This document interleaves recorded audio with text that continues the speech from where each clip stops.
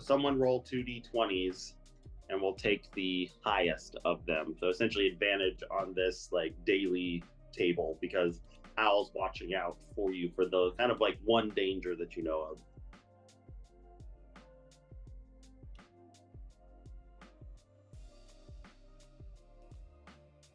And anyone can make that. We'll just say Carrick make it because Yep. Okay.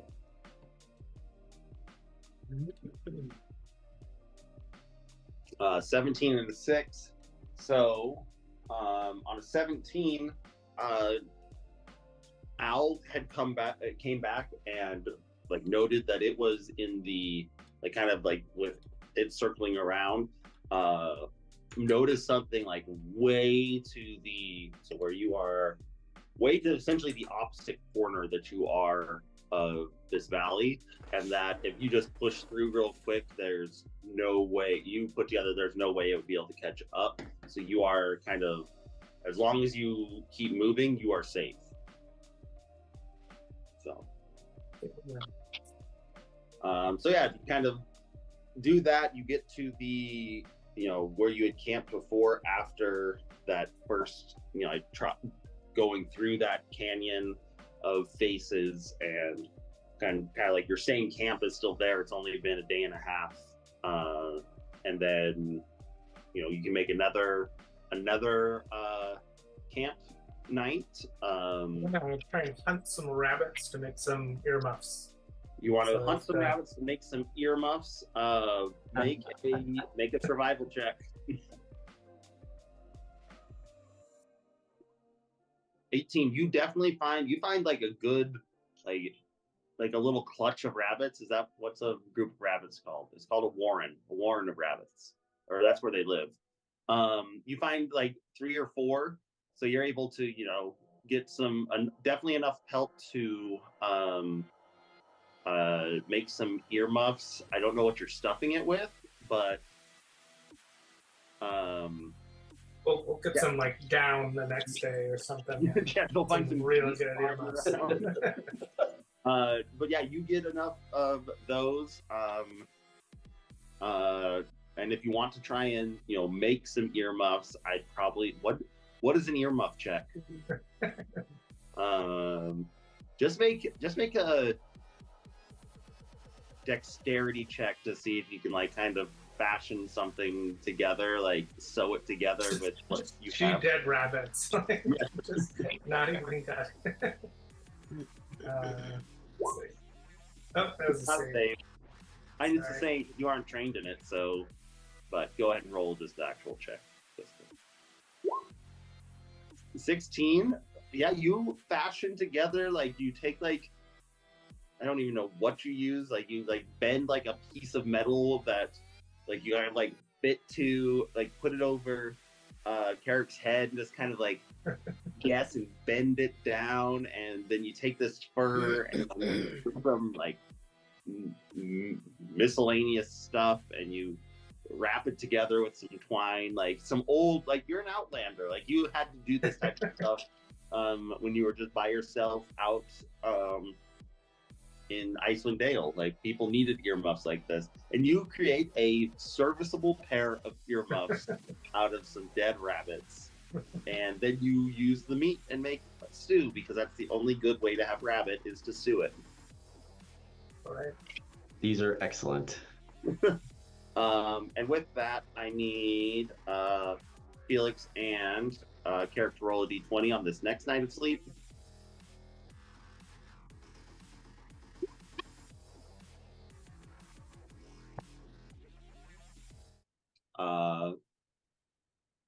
Felix, you're all good, and Carrick, what do you roll? You roll below a 5?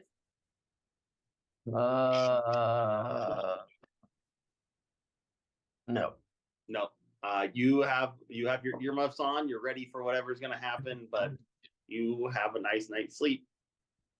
You can spend that another 4 hours describing that spell. That'd be great. Yeah. So the next day, as you travel, you go through the like gorge with all the faces on it that you had the Simba stampede in and all of that. Can go through it carefully. There's, you don't see any elk or anything like that. Everything seems fine as you're going through there. You have Al kind of checking out the whole landscape beforehand now that you know that there could be danger, but you're able to move straight through that and continue going through the day. Is there anything you want to do during the day, or just kind of like head down, press on, let's just keep moving?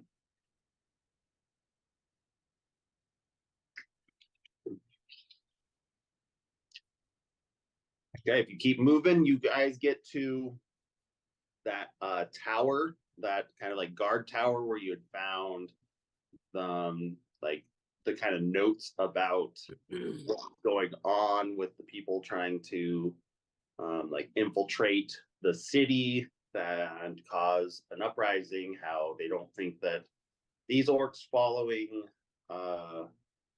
Cord is appropriate, and that they want to bring them back to calling Grumsh One Eye, and how a show of force is needed. And you found like those magical prosthetic eyes. I think you had found like 3 of them. I don't know if they're in any inventory, but yeah, so you are back there. You're kind of like on the tail end. You could get back to the city that night, or you can camp down here and get there, early in the morning tomorrow. Kind of like right on that edge if you want to push forward another hour and just probably get to a much more comfortable place, or stay here.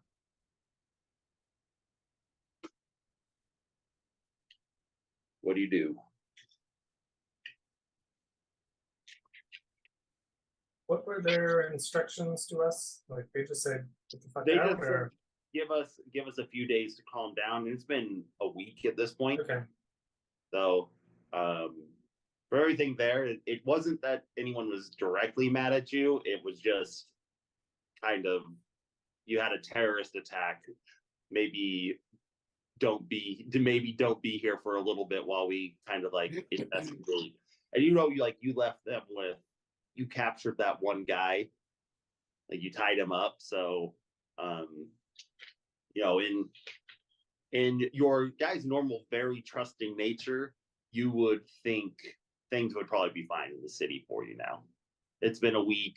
You've gone and done this trial that is something important to them and been successful. Like you might have some clout. There's a lot of things you can, you would not think it's dangerous to go back. Sounds like some stuff to go over a campfire with. So I'd say let's go to the city. Yeah.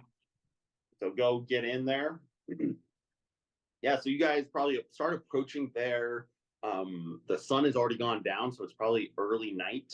I guess, if you're in end of November probably end of October in Canada, the sun's probably down around 5 o'clock, 6 o'clock. So yeah, early evening, but the sun is down. Go ahead and as you guys roll up, someone roll a perception check.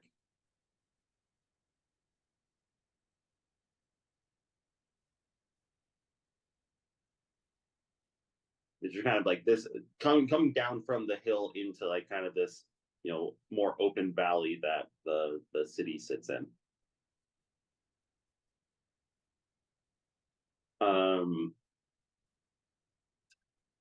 Carrick, you see a bunch of fires all around, and I think your initial thought is this place, are they burning it down?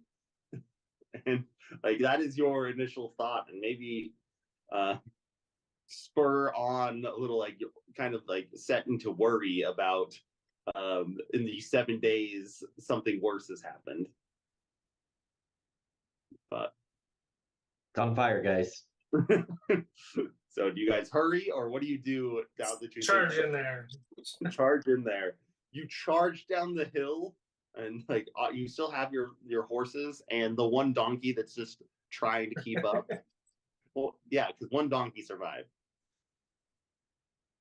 Wait, I can't remember. Do you Do only you have to look for them, or the donkey? No, I can't the donkey, remember? Yeah. the donkey will catch up. But you charge down the hill, and as you're charging down the hill, Carrick leading the way for some reason because he saw this. He's like, I know what I saw.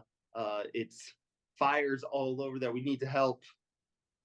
Not that he would actually think that he needs to help, but trying to figure out. You hear the clanging of like swords and shields, and then you get to the town and realize, oh, these were just bonfires and people are bustling and working right now. But you charge in and you actually scare like this group of just like like they think that you are attacking them from behind, and very awkward interaction between everybody, and then you realize Carrick led you to be dummies. Yeah, so on returning to even at this late time, you see the town is bustling. There's fires burning like for light, and people seem to be working late. You hear sounds and clangs of metal over from that proving ground area where you had been where you had your goat ball game with Chonk and your fight against Shukzal and Shoma, and all that. Fel, roll a perception check as you hear these clangs and things ring out.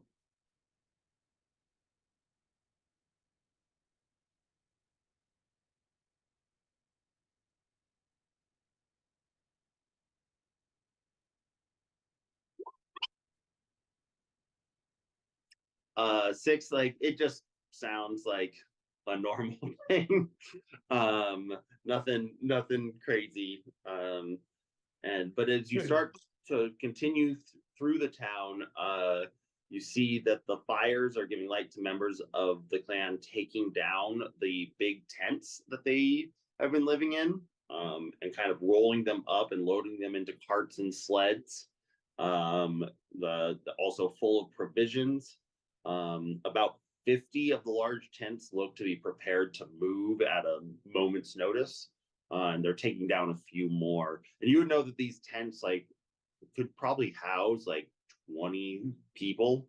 That's like they're kind of like big lodge houses. So they're just kind of packing up, and people are it looks like packing up to just fucking skedaddle. As you continue through, and your guys, I assume you are heading to the like hotel that you. It's not really a hotel, but it's like the community center that has like rooms available for travelers and traders. The Comstock, as you had gone through, it's in the city center. Or are you guys just gonna pass through Dodge, or are you gonna like it's nighttime, but I'm gonna look out for Chunk. you're gonna look out for Chonk? Okay. Yeah, make a perception check as you slowly ride through town. We're doing great. Jesus. It's been a long day. 6, 7. Yeah, it's been a long day. So you don't see him, but you want to find him. So you think going through the center of town probably makes the most sense. As you pass through the city center, where the like the store, the community center, and the where the rune marked main lodge is, you're actually noticed by Chonk, who hollers out to you and waves and kind of walks into the community center. As you are walking through, you notice that idol to cord, the shield that had been defaced before you left with a bleeding eye, has been cleaned, and Thel, you notice this in the firelight that's going. You swear you catch a glimpse of a flash of platinum across the iron bolts, kind of some as you walk by with your kind of new godly might bestowed on you by those two deities. Take notice, and a little bit of shimmer of platinum in the in the middle of the night. Make an insight check, Phil.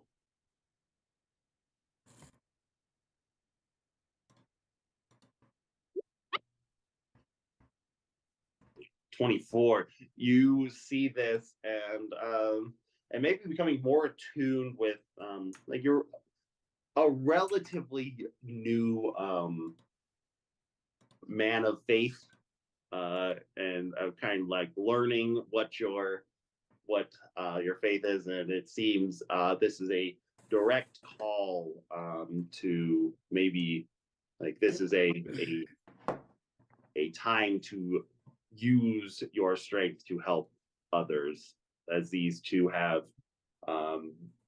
given gifts to you, kind of a quid pro quo. But that's not the right way of doing it, but kind of, divine calling in some sense, as you see kind of this meshing of these two things that just, it given you a gift and given you a purpose and a goal over the past 4 or 5 months as you move through this weird time in a different, essentially world. Next page. Do you guys do you follow Chonk?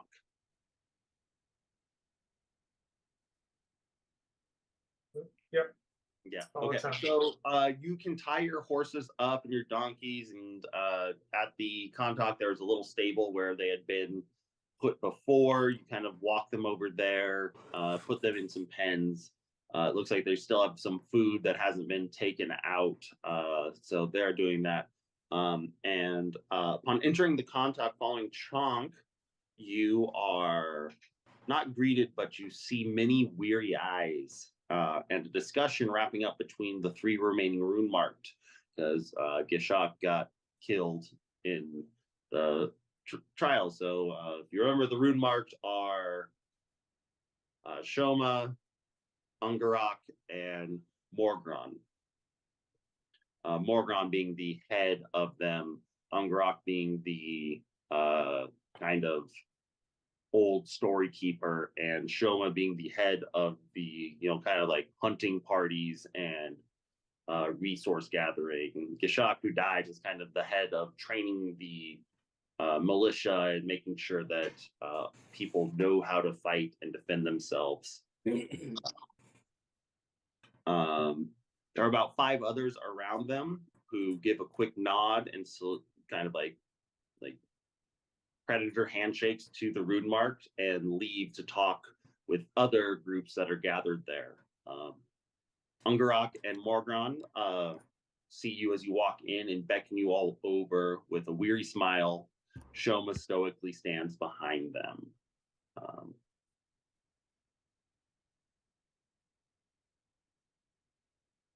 So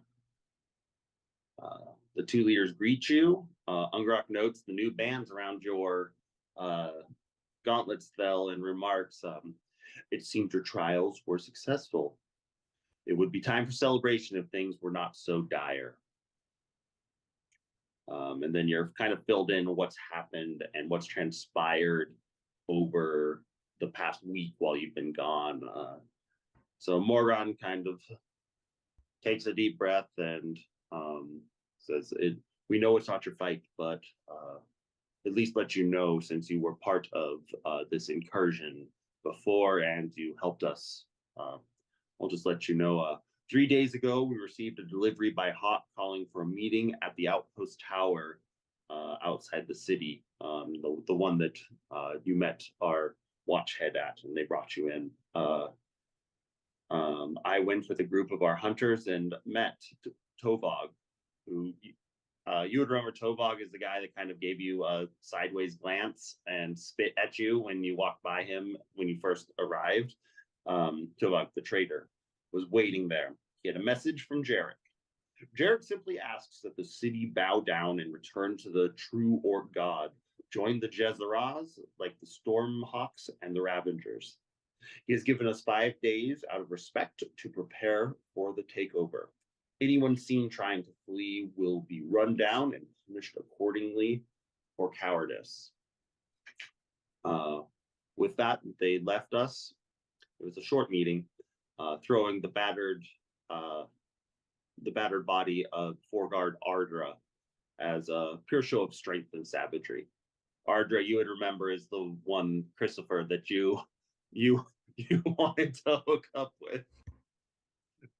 They say she is still recovering, and it's a loss of a great warrior there. However, things are not all lost, and we will not go quietly. Barafra is a community, not this place. We will endure. Thanks to Chonk here, and they point to Chonk, who's just this scraggly looking, just like mess of an orc. Like, you're used to like big, powerful looking orcs. His like very live, but you saw him perform things. Like, you know that he definitely has like maybe a little bit more to him than meets the eye. Thanks to Chonk here, we have the beginnings of a plan to perhaps endure another winter. And then it seems our once silent drunk has been holding out on us for quite some time. Chonk then speaks up in an obviously educated but very gruff voice, very different than when he was completely silent and drunk when you had met him before. Says, so after applying some force on that traitor you spared at the celebration, we learned quite a bit about Jarek, the head of the Jezzeraz. I know these aren't your politics, these aren't your problems, but thought who you in as you helped. Some 6-8 months ago, he broke away from the main Jezzeraz raiding clan and taking many of their best with him. It seemed that after he found during one of their delves or raids, probably Urlis or other small outposts from Uthadurn, came away with an ivory spear while out in the plains. Since then, he has only grown stronger, submitting the other raiding clan. Like said before, it seems that the Stormhawks and the Ravengers have joined his cause to be, I don't know, bad and cool. When in his presence, we've learned from the man that it seems as though Grumsh himself is bearing down on you, and almost it's impossible to resist his draw if you are within there, and he is asserting his will to join him. It kind of makes sense why our hunting party seemed to have not come back after encountering them. He recruits them and seems to have some sort of power over them. So it seems to me that whatever relic Jarek has found has put him in this place of power, and perhaps without it or him, this newfound super raiding party will fall apart at the seams. Because he's just for the history around here, if you did not know, or someone make a history check as all of this is being spoken. Like, you guys have read your encyclopedia. Carrick, yeah, you were like looked into, like, there may have only been like one page about it because most of this was about the like Dwendalian Empire and very slanted from your nice but you guys bought the nice encyclopedias, not the shitty ones. A lot of these raiding clans are in constant, like, not because they hate each other, just by nature, like, you're trying to control different parts of this area. They don't work together. They it's like a constant, like, roaming band of like claiming different areas. So having these, like, historically for hundreds of years, clans that have never gotten along, getting along for some reason. You definitely think that Chonk's assessment's probably right, that whatever, like, the central pillar is that holding them together, it would immediately dissolve and they'd go back to how it's always been. It's kind of a that. So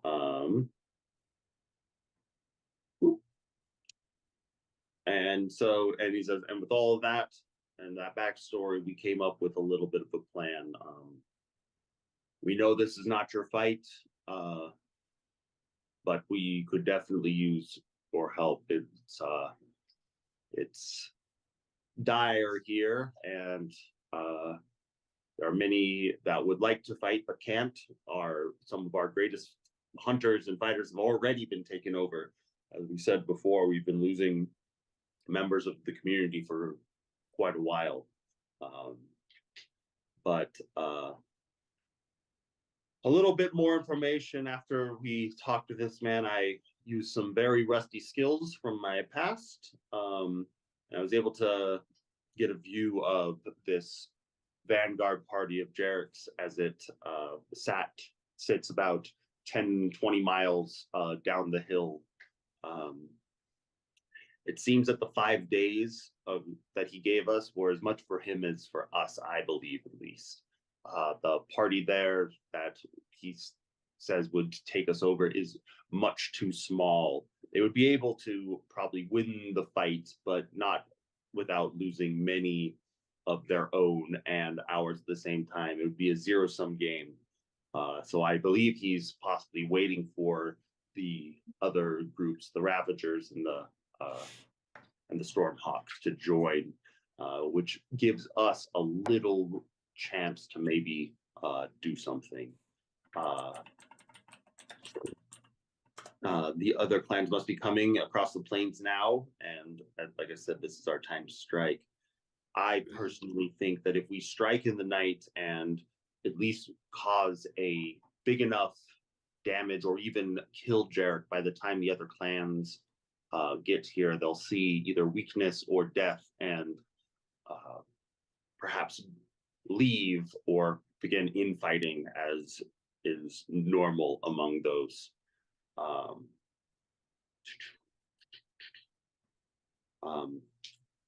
And like I said before, I give you more because although we trust, there's no. Do you have any interest in helping us? Otherwise, you are free to go. Try to sneak past the vanguard. As a small group, you may be able to get past. Like I said, we know this is not your fight, but we would love your help if possible. And with that timeline, he's like, I'll let you confer amongst yourselves. So these people ran us out of town, and now they want our help. They didn't run you out of town. Shoot us. They should probably leave.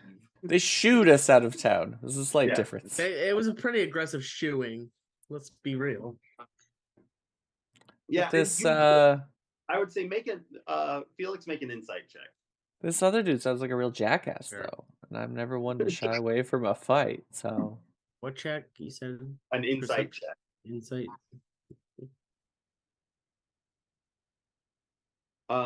Yeah, so you are having these exact feelings, like these fuckers ran us out of town and now want our help after we had previously helped them. And what you I'm gonna make a counterpoint though. If we go with them, we can probably get all the moose tartar we need for like the rest of our lives, and we could live off the most amazing thing. So just putting that out there. I mean, okay, wait, I can't remember what exactly Christopher has been making that has been awful. It's not moose tartar. No, it was not moose tartar. It was moose Wellington. With whatever the fuck, like with absolutely no flour or anything to make. Right. It's like grinding like acorns or something. Yeah, but just to finish that insight check, you definitely see the sheepishness, and that's kind of like why Chonk is leading this, because they knew you had some sort of camaraderie with him. You see, like, looking back at the 3 rune mark, the sheepishness that they kind of have to kind of make this request. Like, they obviously know that they fucked up. Well, then I want some damn apologies from those 3.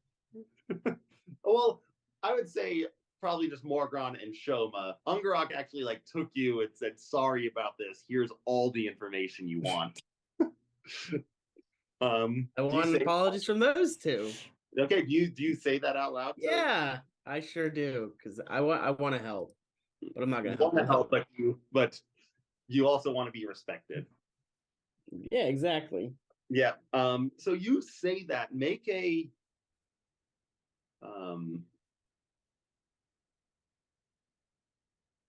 make an intimidation check with advantage. Or do you have are you trained in intimidation or persuasion? No. Neither of them. Who do you want me to intimidate or persuade, sir? Yeah, you tap Thel and say like, "Hey man, I just want an apology." With advantage, Thel, do a either one is going to work. It just your response will be different based on it. Seriously? What is that roll? Hey, I have a, I shitty because it's a regular life skill. This was not a high DC. They see you conferring over there, and Thel, all four of you, or at least these two, look over at the rune marked and kind of like they see you like looking around the other people that like these are people that just told us to fuck off. Not understandably, but when we were 100% ready to help from the get go, and and actually we're gonna roll. We'll roll. See, we'll roll for apology.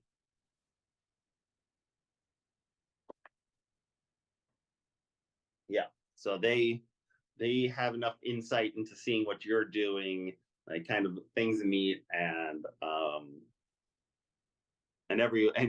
Ungarok actually pokes the two and points over, and you see this, and they come over and say, "We understand that after your help, our community has not been the most pleasant to you. It seems you were blamed for something you had only by happenstance fallen into, and that for that we are sorry. Your deeds obviously speak to your character. We see, and he like points to the gauntlets on you, though. He's like, we see that you are a group of some level of valor and integrity. Otherwise, those would not be on your hands right now. And we give you our deepest deepest apologies for the offense that we obviously gave." That was Morgron says that, and Shoma says, "Yes, what he said." And then you get your apology. Oh yeah, let's help. And then you break the tension there. Like there's obviously like some tension. Like they know they need for this plan that Chonk hasn't given you all of. They need a group of someone like you people who are just random people that go around killing things. Not you are trained in more trained than any of them, which is more about survival and that than it is like actually fighting people. Fighting people for this is for fun. It's not in sport and competition, not for killing people. They say thank you, and then they like bring you all back to this like kind of central table. Some beers are poured out, and Chonk goes back in. Chonk pushes away his beer, first of all, which if you remember, the guy was drinking like a fish at that previous party, or the games after you guys had won Goat Ball. Says so. Chonk fills you in on kind of what he is thinking. It's like, so I found about 10 good fighters that would be kind of able to help us with this attack. But without Gishak, we cannot take, I need a second like leading group. Gishak probably could have been the other, tandem here, but we need to we need Morgan to stay here in case whatever we try fails. He at least will be able to lead the respect and make sure that our town fights as best it can. There is an old mining tunnel that our city used to use until erosion from the rivers inside of it made it too unstable and too dangerous to mine. It's about 3-4 miles to the north of here. From there, there is an exit on the other side. We can approach the vanguard from behind and wreak our havoc. Perhaps we can seek to lie our way in or sneak, pretending that we're one of the other clans making their way here, an early group, so to speak, that we're told to get to here, and we can sneak our way in, maybe, or however we choose to do that.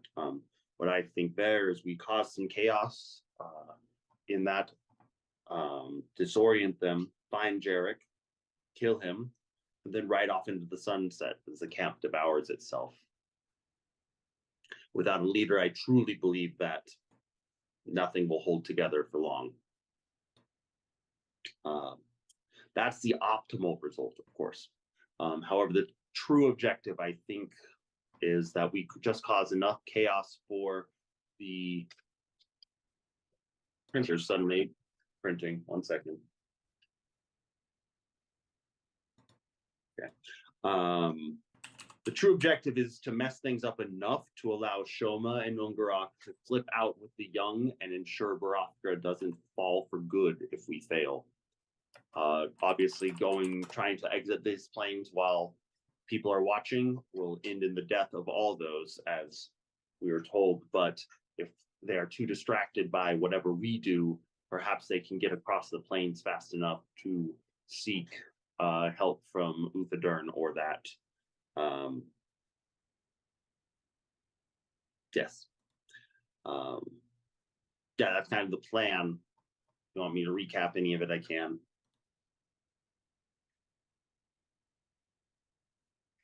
So,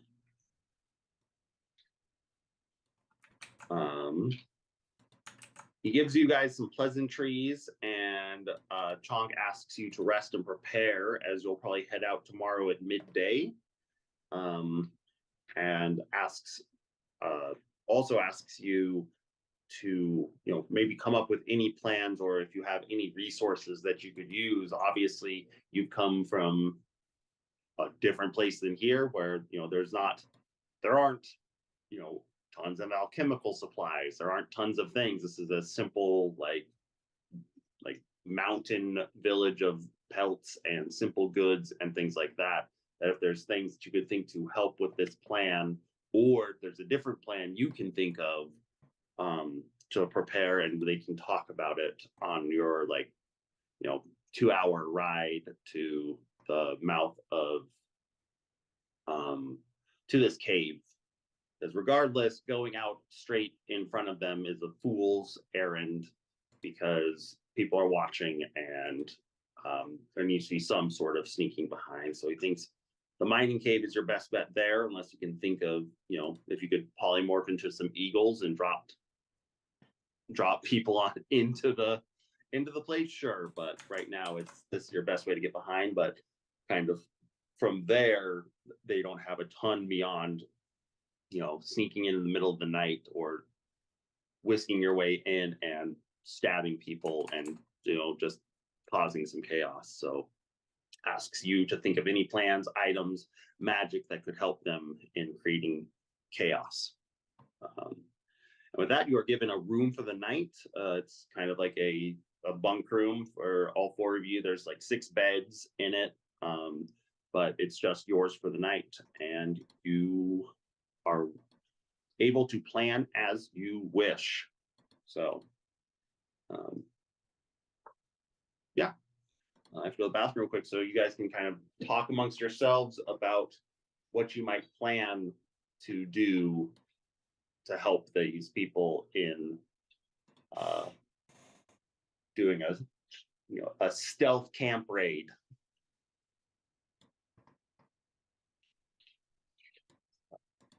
Be right back. If we're gonna be doing a stealth camp raid, maybe it would be prudent to figure out some other option for Thel, so that he's not running around being unstealthy.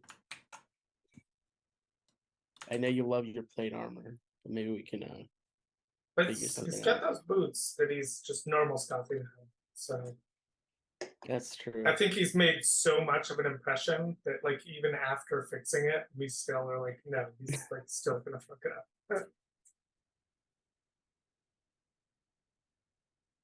So I could, if we're worried about Fell, I could like teleport him in closer or something. Like that's an option.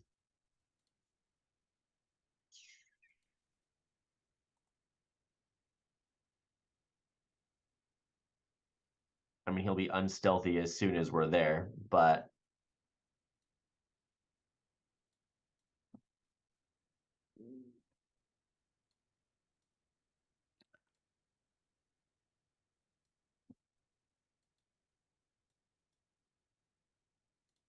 It will be all right. Either way.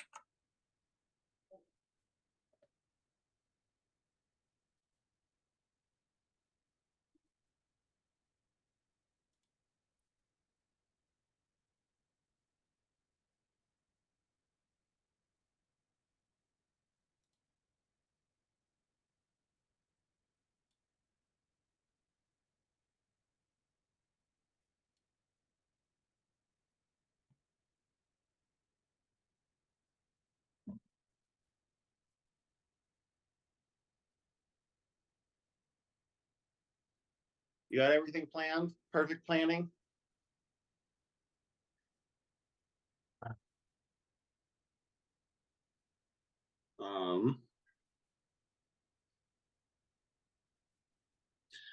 Okay. So anything else you guys want to do for the night? It's probably about 9-10. You could go. Not this, yeah, probably around 9-ish. You can do kind of whatever you want amongst the town, walk about it, see things, see if there's anything you can gather that might be of use. I've gotten the sense that sticking my maul into fires has stopped doing anything. Or is that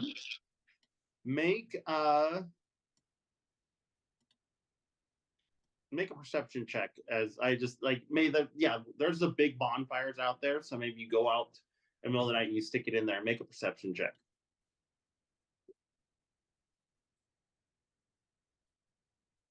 Oh, you got an 11. You do notice that fire is still like being drawn into it. Just because you're kind of like trained to notice that at this point, because you saw it before. Now make an intelligence check.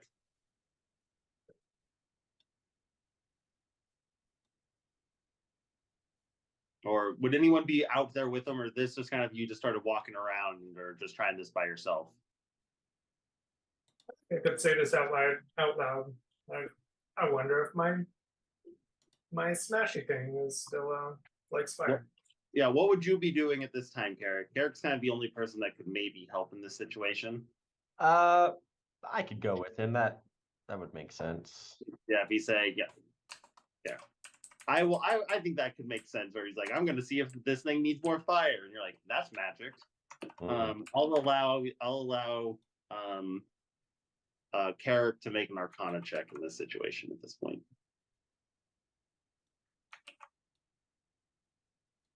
Yeah, so you look and you see the fire being drawn into it as well, and like quite bluntly, you can just say that's not a big enough fire. And More fire. So it might require something a bit more than just, like if the 26, you would think like this probably needs something more than just fire. It needs something, Would I feel like one of my higher level fire spells might do the trick? With the 26, you would think, this would require something that, you would say like this is going to require something from the center of the earth, or maybe even like looking at the item, like there seems to be some level of divinity touched into this thing. This is going to require something a little bit more unobtainable. You especially think this after like seeing like how much it took to improve Thel's gauntlets, that maybe this is something in the same vein as that. Like this is not like you stumbled upon, like fixing this broken ass thing, but beyond that, like it might take a lot more to do it. So to find like a Balrog or something. Yeah, like plunging into the molten core of the earth. Oh, no big deal. Okay. I know what our next quest is.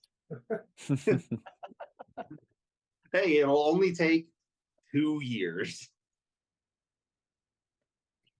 Well, with a 26 there, I don't think you've ever actually identified this thing.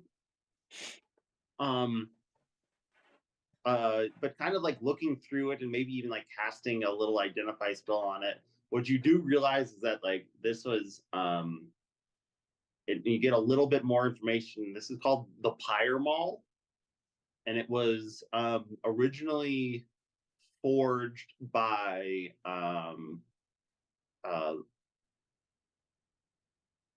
fire giants who in this world you would not know where they live. Like even reading, like trying to look like where fire giant enclaves might live in Wildmount. You don't really know. Like there might be some under the Dunrock Mountains. There might be, like that's like the best enclave. The only like note that you get is that where a lot of the like large fire giant society is actually in Exandria. No, not Exandria, sorry, Taldore, which is a different continent. So that's kind of that's what a 26 will get you. Okay, so you do that. Do Carrick and him do that? Carrick, is there anything specific out while you're out with him that you want to do as well? Is there anywhere I could get some like charcoal, incense, herbs, those kinds of things? You can definitely get I'd probably say you can get you can probably get 20 gold worth of incense. I know you're just saying like to summon your summon owl. Yeah, you can find about 20 gold's worth just like poking around to get the necessary components. Okay. So yeah, mark off the 20 gold. Thel or Felix, anything you want to do kind of as this, going through the town, seeing what's going on, and any ways you want to help or do prepare for kind of this next like excursion, which seems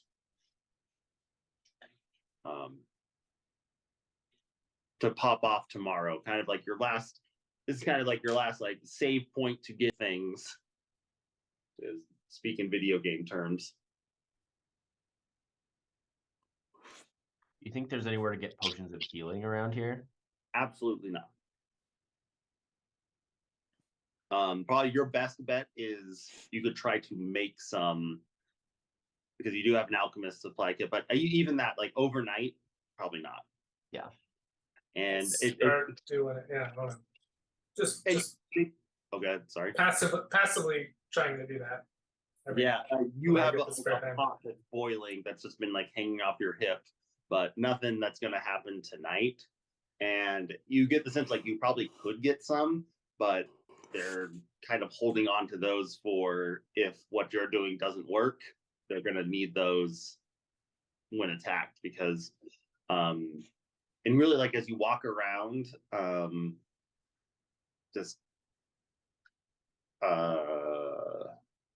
you just like, even just at a low level of passive insight, realize that this place is not going to go down without a fight.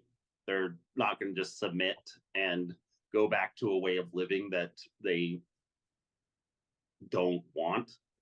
So they'd rather die than like full Braveheart situation. So we have blasting powder, 16 whatever units. Yeah, of blasting 16 powder. pouches of blasting powder. Yeah, can we make some little hand grenades or stuff? Yeah, so you guys actually have the plans to make the little like explosive seeds. Oh yeah. Like those are very minimal. But you do have 16 pouches of them, and if you wanted to spend the night and maybe take a level of exhaustion, you could do something with those. So we can make like a explosive badger or something. Yeah, you could use them all at one time. Just tell me what you want to do with these 16 pouches of explosive powder. I'll just make a bunch of little bombs, or make one big bomb. Like three little bombs. 3. So you're only going to use 3 blasting powders, or 3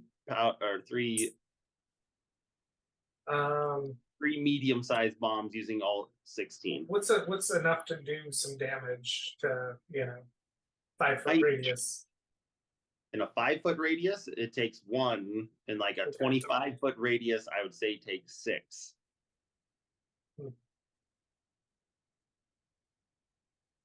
So, all right, 2 little, 1 big. 2 little, 1 big. Okay, so who wants to help with this? Or are you doing it by yourself? I could take this on too. Okay, well, it's going to be. I guess I'll jump in and help. I've prepared for battle before, so I'm. Okay, so you guys are building bombs. You have the two not smart people making bombs. Sounds right. The smart people are staying away from that. So for the two small ones, go ahead and make a. You aren't proficient in Tinker's tools. You have Tinker tools because of your gun. You got those for free. Since for the little ones you have plans of how to make them, make an intelligence roll. All right. With advantage, sorry, because you have the plans to do it. Oh, great! Yeah, real good. So this is for the first one. You take 2 points of damage as it immediately blows up in your face and you're down a thing of blasting powder. Yep. Here's for the second one. Do you do anything else to help with this? Or I'm just I'm baffled how it happened. I was like, I don't understand. We followed the instructions. yes. I'm not even gonna roll. I'm just gonna tell you that's how dumb Thel is. It's just like you realize, like, oh, it was in metric, not imperial. Okay, so if you want to try again, go ahead and roll intelligence check with advantage again. Okay, a 10 is enough to make it. It is. You do not trust it though. You think that if this is in your back pocket and you fall down on it, it might explode. And now for the big one,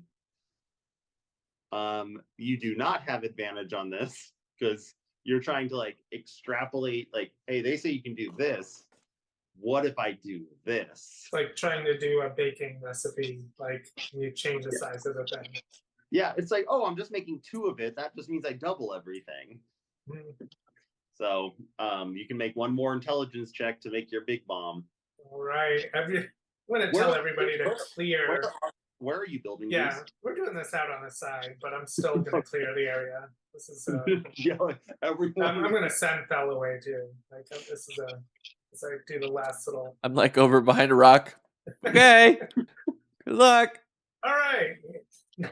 Okay, a 14. You are in the same situation. This thing is hyper volatile. Like, so these are seeds, right? Where like. So the first one you made is like a grenade type thing, like handheld. This thing that you just built, like, is probably like the size of a bowling ball. Type of ball, like a volleyball. Little cartoon bomb. Yeah, think of Bomberman bombs. It looks like that. There we go. Yeah.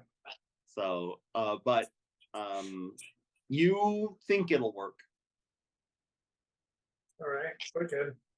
Okay, I'm so gonna that's preparation. put these behind that rock and we can sleep away from these things. And then what did we put the tiny hut above it? Yeah. Well, Fel would have to sit in there with it to have a tiny hut. Okay, yeah. Don't do that. Yeah, so that's Fel and Christopher.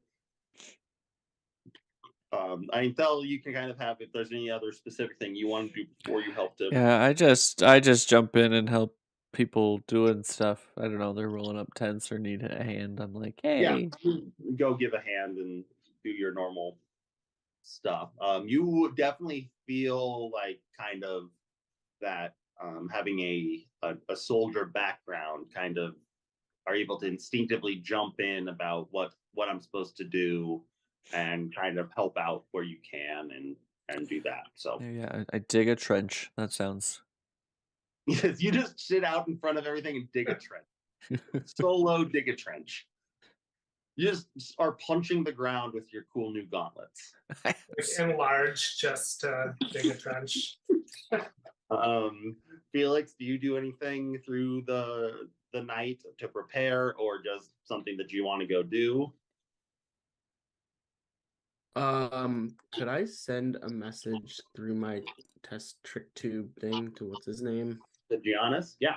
Yeah, to let him know that we will be making our way back to Zadash shortly, and we need safe passage, or we need to know that we're gonna be safe getting through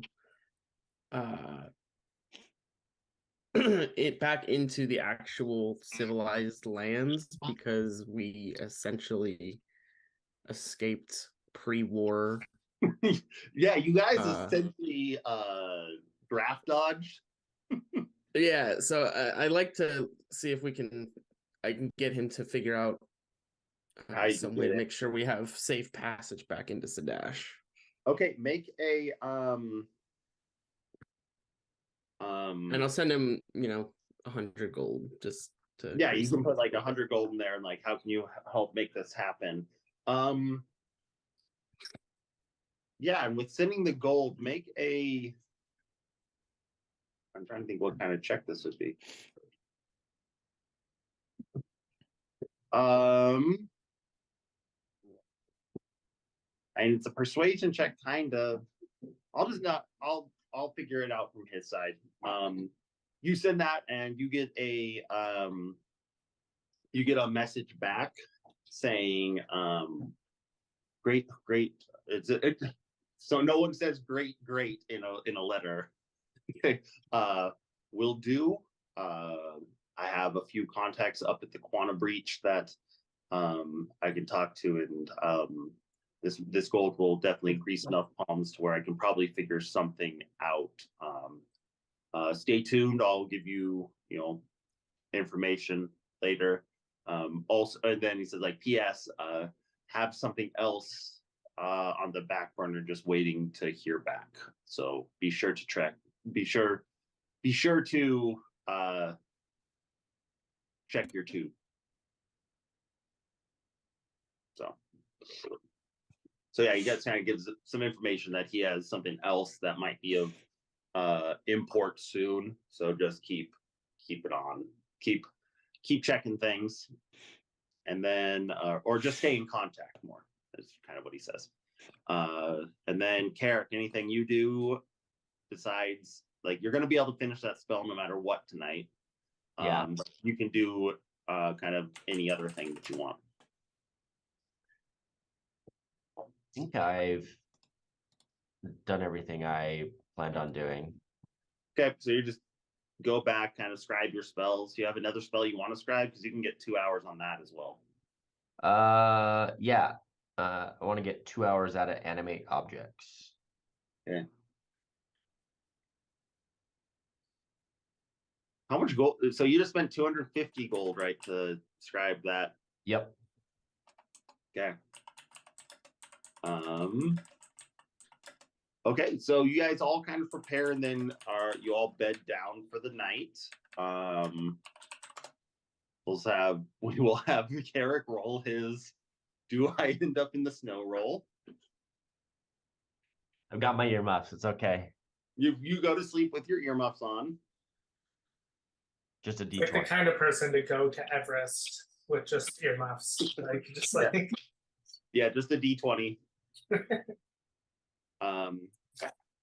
You're good, but with a natural 20 though, you get a little bit more information. Like, you feel like it wakes you up, and you feel this kind of like twisting in your stomach. Like, you've been teleported this way a few times now, that like you kind of notice it, and you are able to like kind of resist it a bit, like when you know it's coming. So yeah, with that 20, the DC of you being teleported just went up. So Nice. it used to be under 5, now it's like under 3. You'll be teleported for an amount of time. But you feel a definite like pull, like almost like your stomach is like going out through your back, like you're being like siphoned into something, but you're able to like use your innate magic ability to like resist it. So okay. Yeah, so you wake up the next morning, kind of prepare your things, and Chonk is there to meet you. He says, it's about a 2-hour walk there. Probably like you could take your horses and make it faster, but then you'd just be leaving them there again and crossing your fingers that they survive. Says up to you if you want to bring your horses, and we can all ride out there and get there earlier. But regardless, you'll be waiting till night. So he starts showing you the way. As you travel, you're there with Chonk, and he says that a bunch of the other 10 that are joining you had already kind of like 7 of them had ridden off this morning to go make sure that the mine was like still kosher and there wasn't anything to clear out because it has been abandoned for, a couple years. Yeah, and Chonk is just kind of talking to you, and this like drunken old man is now this like very eloquent, like seemingly educated guy. He says, "Yeah, I guess I've been a little unhonest, not so honest with Dishonest, maybe. Yeah, there we go, dishonest. It's sometimes you forget words when you are kind of a mute drunk for 25 years. And yeah, so he just kind of talks to you, but he seems like kind of cagey about like telling you much about his past. So you can pry if you want to know more about him, but he just kind of is riding with you and just making small talk, kind of asking about where you guys are from and talking, but not giving any information about himself unless you pry. Which up to you guys if you want to pry.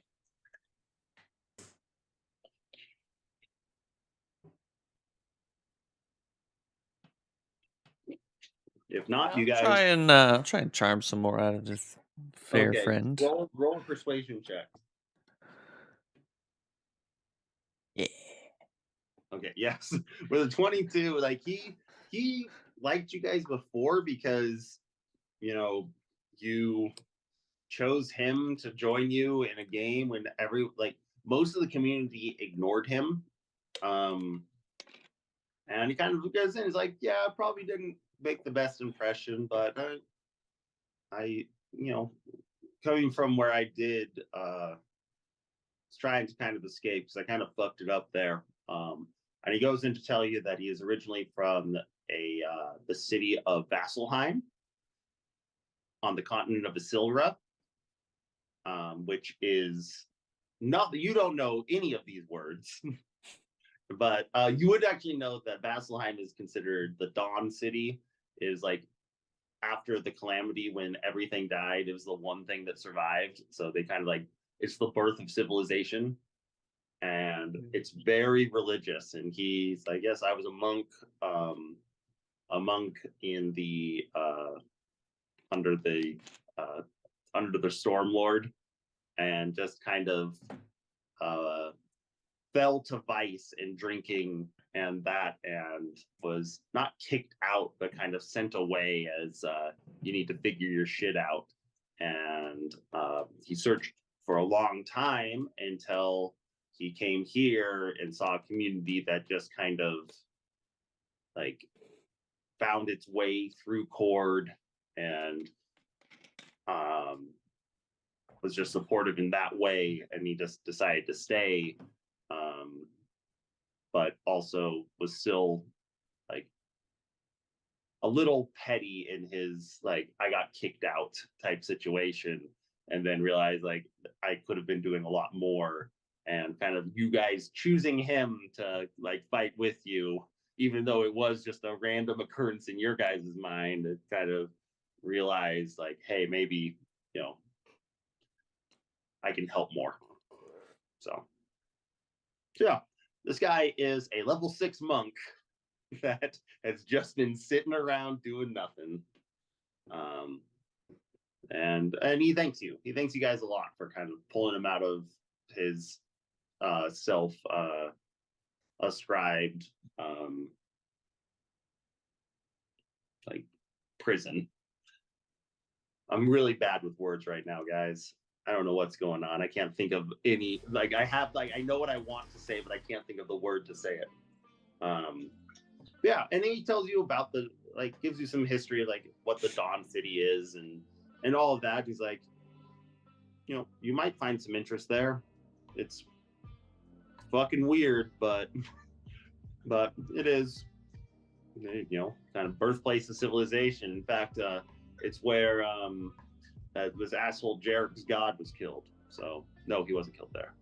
I lied. It's where one of a great battle between the gods happened between Grumsh and your deity, the Platinum Dragon, and Asmodeus, and that, and like just starts rattling off like religious history to you, and like kind of gets like embarrassed about talking about himself, and that, but he's like, but thank you all for helping. This community kind of helped me regain some semblance of myself after I disgraced myself so much in the monastery. So thank you for your help. It is probably noticed by all of the prime deities. And then he goes quiet and has like a little like flask that he takes a sip of, and he's like trying to cut back. I just order a round of like oysters or something. I'm gonna buy him a round, but a round of oysters in a landlocked city in the just give me that one. Yeah, some Rocky Mountain oysters. Area that's sitting like a solid 8,000 feet is where you're at. Yep. I'm ordering some Rocky Mountain oysters for everybody. Okay. Yeah, so you guys arrive at the mine and you find the rest of the quote-unquote strike team there, and you don't notice anyone in particular except for one. The watchhead Shuckzal is there, and he hails you, and he's like, "My man, it'd be nice to fight with you again instead of against you." And he's like pointing to you, Bell, and Christopher, and because you remember he was excited just to like hear your stories and like had a really fun time when you guys fought him. So they you guys get there, and he tells you like okay, we've gone into the mine. It seems things are mostly undone. We've been kind of moving some rocks because it seems there was a little bit of some cave-ins in one of the tunnels that we need to go down, but I think we're good to go. It's it's a little precarious in there. Water's still flowing, but we should be able to get through. And if we, with any luck, we should be able to get out before evening and be able to maybe scout a bit on the other side. We haven't sent anyone through yet. We wanted to make sure we had all of our numbers in case we run into unexpected, or if somehow the other side of this tunnel's been found by the Vanguard out there. We just wanted to make sure we were at full strength before we headed in. And with that, we'll move maps. Ooh. Hopefully it works.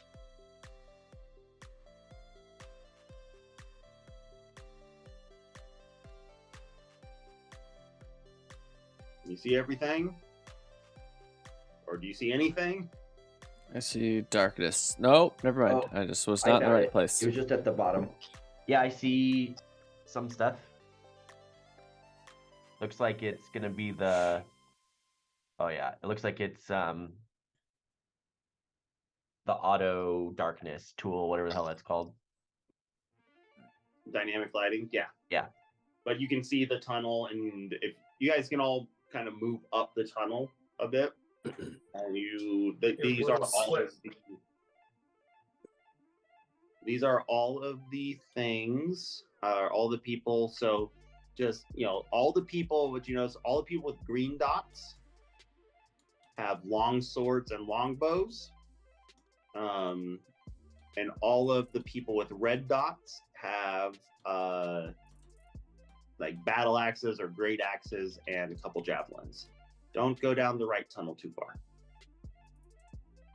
There's a weird spot where the lighting, you have to like cross this line to see stuff. It's weird. I don't know what's happening right there. Mm-hmm. Yeah, so you might have to like walk into the wall. It's just because since it's not on the grid, since it's like cuts over things, you can still technically walk through it, but just assume that you're like at the edge of the wall in those situations. So green is long bows, long swords. Red is axes and javelins. Okay. And then, except for this green guy, I'll mark him differently. Hold on, who is this? Nope. Where's the guy I'm looking for?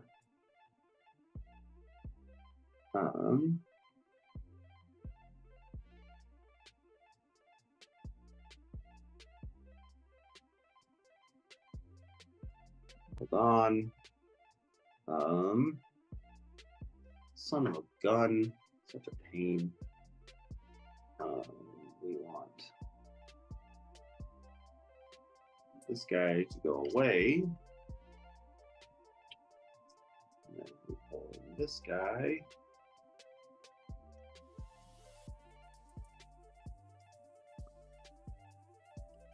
I'm going to be just a little wary of.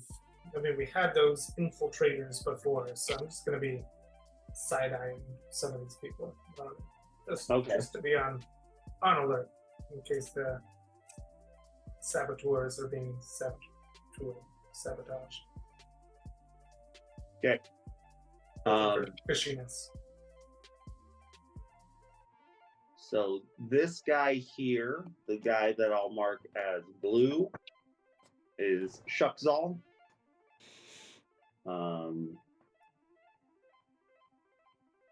So there's that. And then, 1 second.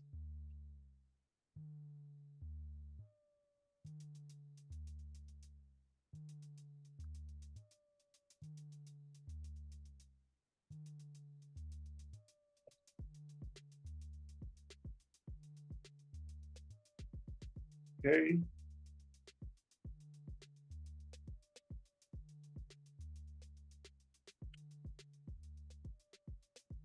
Okay, and then this guy. Did I put him on here?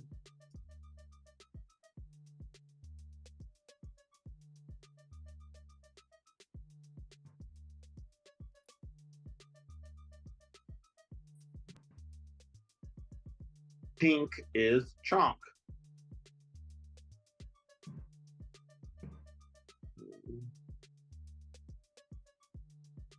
Second HP. AC. Okay, default token. Save.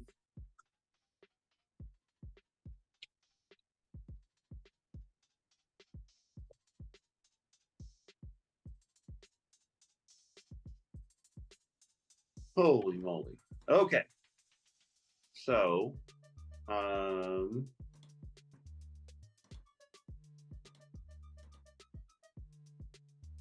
you are all in. Oh, everything just crashed. 1 second. Yeah, so you guys are in this tunnel. It's about probably like 10 feet tall, kind of like jagged edges on the side. There is this in place where kind of everyone's met with like a little, like kind of like lunch fire going on, eating some food. You see like just some like old discarded mining equipment, things like that. It just seems like nothing in this is kind of like the storage like workroom in the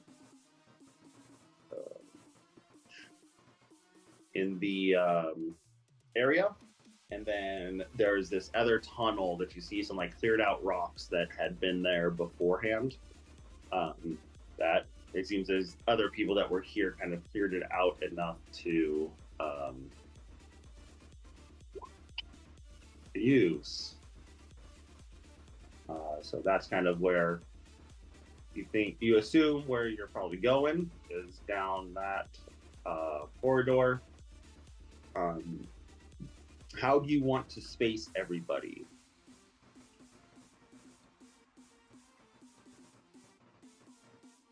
So you have I'm gonna be carrying some stuff, so I'm gonna try and give myself as much space as possible so I don't collapse this whole place on us. Okay, so you have the bomb, so you're gonna stand way in the back? Yeah.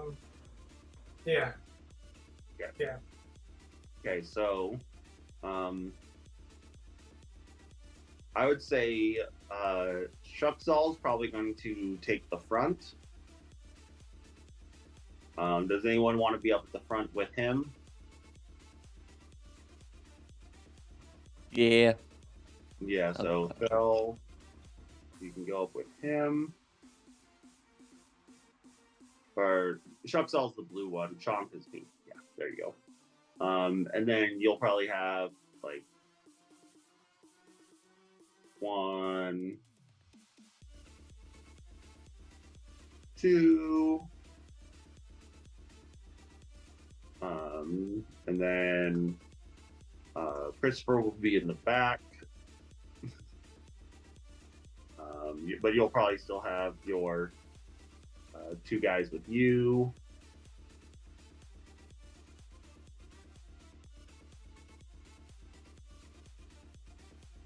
Okay, and then there's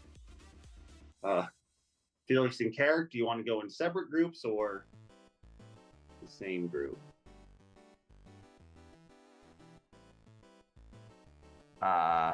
Same group. Okay, so you, Chonk, and that will be, and then 1 battle axe guy, and then we have this other group of 3 that will go between you.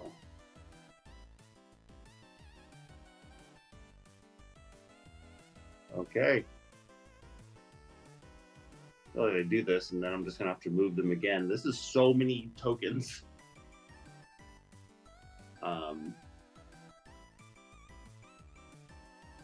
So yeah, this first group, I'll just kind of move you for expedience sake. You all come to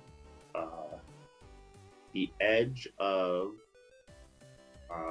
like where this opens up, and you can see everyone has some level of dark vision. You can see why they chose to stop mining this, like, because they said it was precarious. It is quite precarious. You have a ledge on your right hand side that's probably about 10 feet wide in most cases.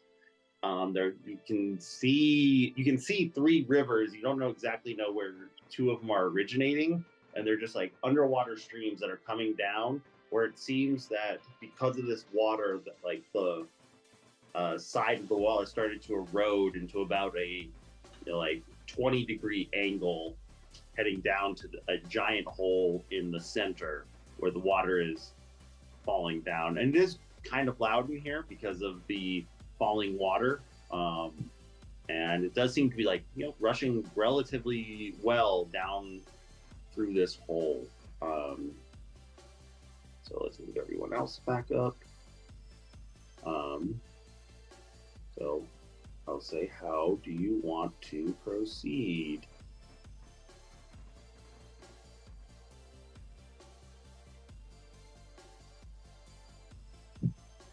Are you just going to try and move quickly around? Are you going to sneak through? Are you going to... yeah. And you would think the water is not enough to, it's not like that water in the original mine where you almost got plummeted to your death. It's moving, but not, rushing. We'll move fairly stealthily, but follow my blue dotted friend here that might know the best path through.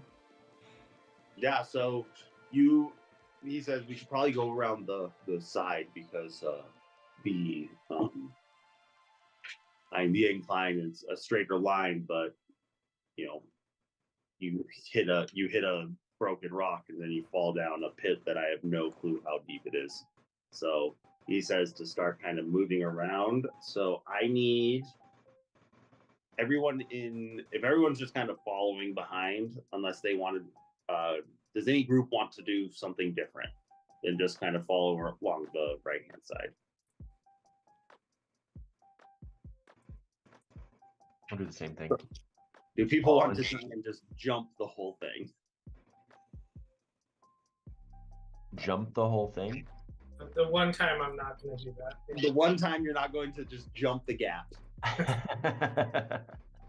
And I honestly think Just strap explosives to me all the time. You There we go. a 70-foot jump, you could probably almost make it. But if you fucked up, then you would be donezo. Yeah, so you guys continue through. I need a stealth check from every one of you. Hey! Look at that. That's it. Several years from now, I might roll that well on stealth again. That's I'm like the person trying to open a bag of chips in the movie theater. Like, I'm so nervous about it that it's just like the complete. and of course, of course, it gets stuck. But you're just trying to do it slow. Okay, so the first group, you guys all get to about here. Whoop. Second group,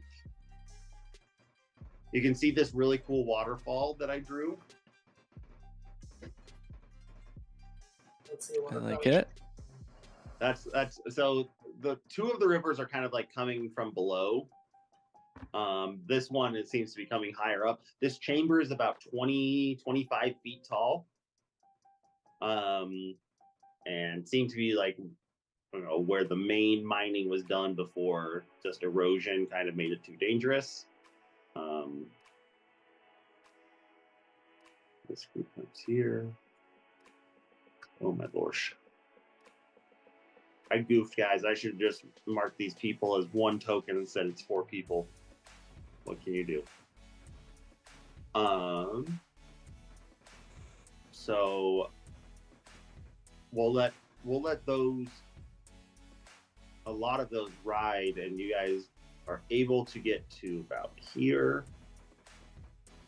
This group gets to here. I guess I should roll one other thing. So it's about 20-25 feet Mm-hmm. tall. How tall does one get when they enlarge? You would double your height, so you'd be 12 feet tall. Okay. But just do know you can only do that once a day. Yeah, I've got a toggle for it, like a counter for it on my thing.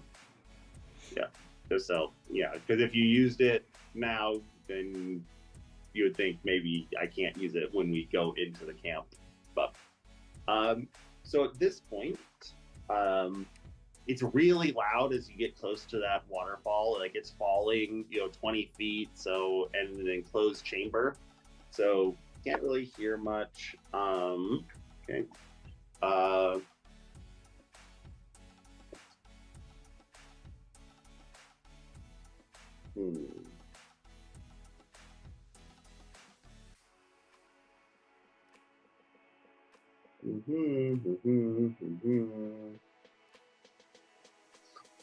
Okie dokie. Give me a second to set some stuff up because the other orcs aren't very sneaky.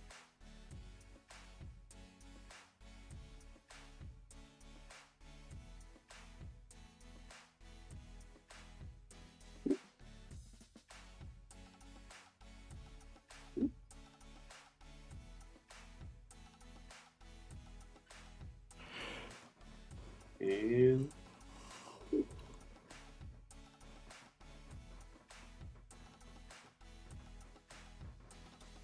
so as you guys get about halfway,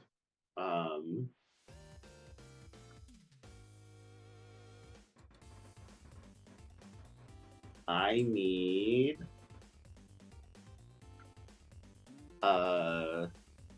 Carrick to roll a dexterity saving throw.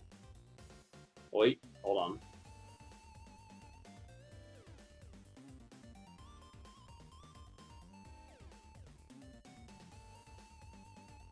Oh, nope.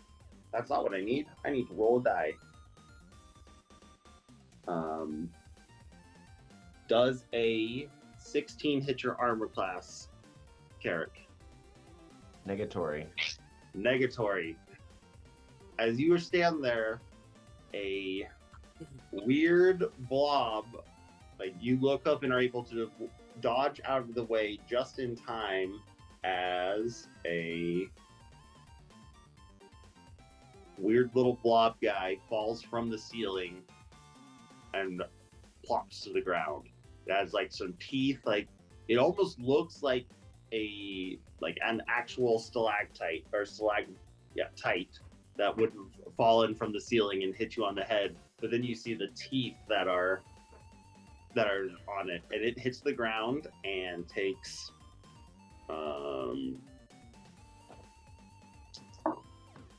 8 points of damage as it hits the ground and is just writhing there, trying to right itself and move.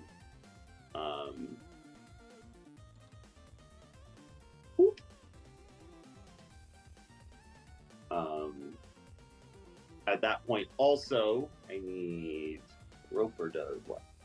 He does 4 attacks with his tendrils. Okay, +7. 8 + 7 is 15. What are these guys' armor classes? Their armor class is 12. That's a natural 20, doesn't matter. That's 14. That's a 13. So you immediately then also see 4 of your orcish friends get ripped out up into the center about 20 feet up into the air, or about like 10 feet up in the air, but 20 feet in towards the center of the ring. Everyone make a perception check as this happens.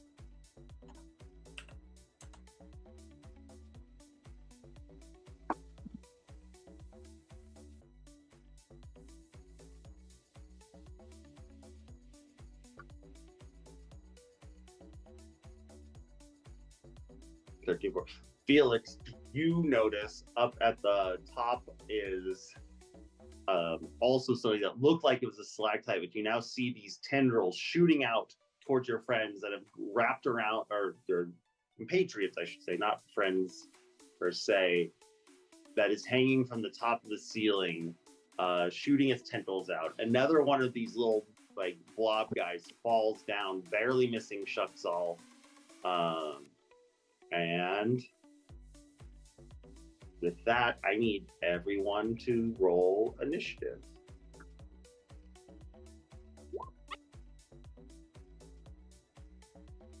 They rolled really bad on their stealth, guys. You guys did so good, and they did so bad. Let's see.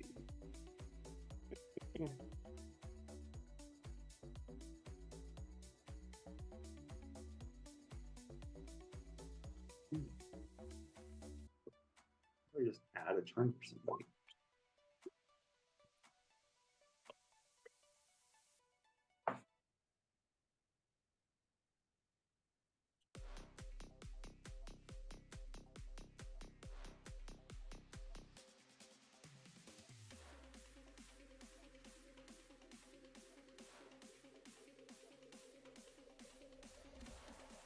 Okay. Piercers. That. Piercers get a. Here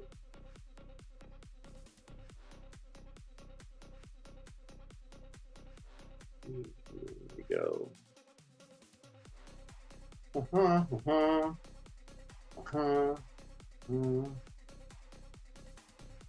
Turn.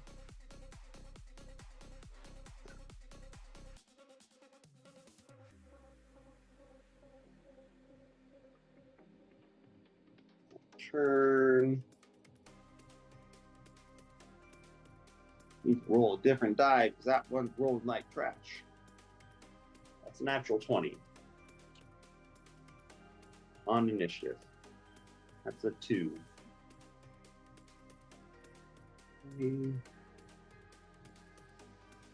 That guy.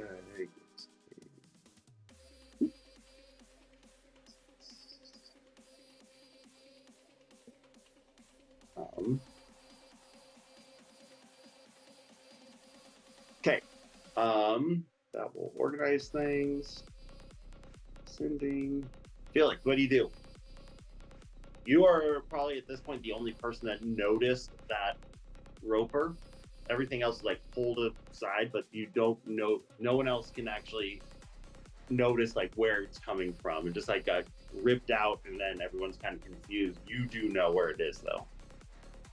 So I know where the thing in the middle is. Yeah, you know that thing in the middle, and that's it has 4 tendrils out that had pulled 4 of the started like reeling up these orcs towards it.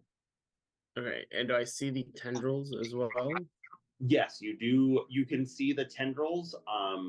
Probably what was your perception check? 19. You do see they're like kind of thin,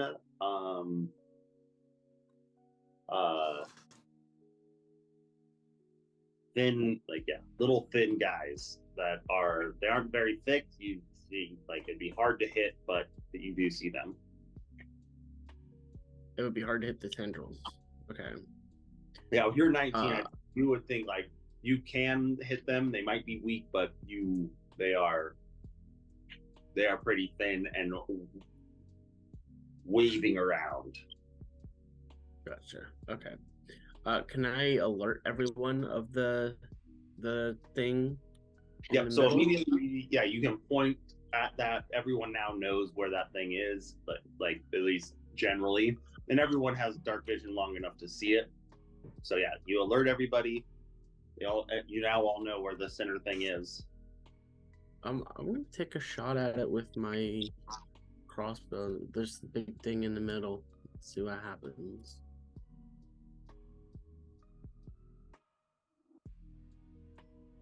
Okay. A 15. Holy shit, this thing has high AC. 15, like you realize like you noticed it because it was like slightly undulating. But it did really just a second ago like look like just a plain stalagmite or stalactite, and it hits it and it bounces off as if you had shot a rock. So it didn't do much, guys. So yeah, you get the idea that like this thing is essentially a rock that has tendrils and a mouth. With that, it is this first piercer's turn. Y'all, a piercer can't do shit if it doesn't land on you. It is next to Shuxall, but it starts climbing up the wall at 5 feet, so it doesn't even actually exit his threatened area, but this like little blob thing just starts like inching its way, trying to crawl up a wall. Next, we'll skip that one. Carrick, you're up. I think somehow I tried to adjust my initiative and I deleted myself. Oh, you never even okay. I did, and it put me on there, and then I tried to get in there. I think I pressed delete and deleted. Okay, that's fine. I'll add you real quick. I think I'm 19.4. You're 19. Okay.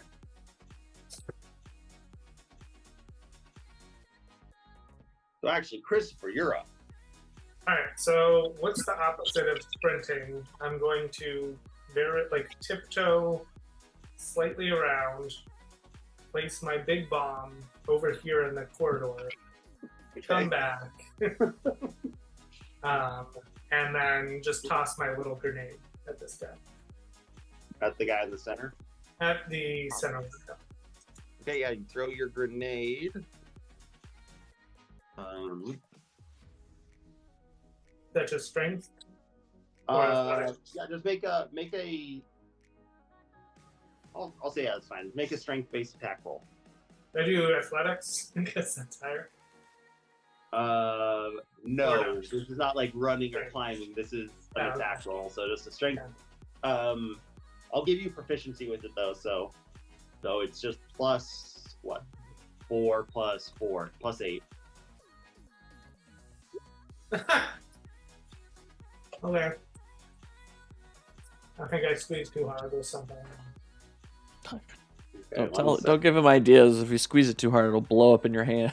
Yeah, you throw it, but it just like was slick and it just falls straight and goes down that river, and it just like tumbles down, and then you don't hear something, and then after a little bit, like we'll just say, since I don't forget, like 2 turns from now, you hear a little boom as it fell down and echoes up the chamber.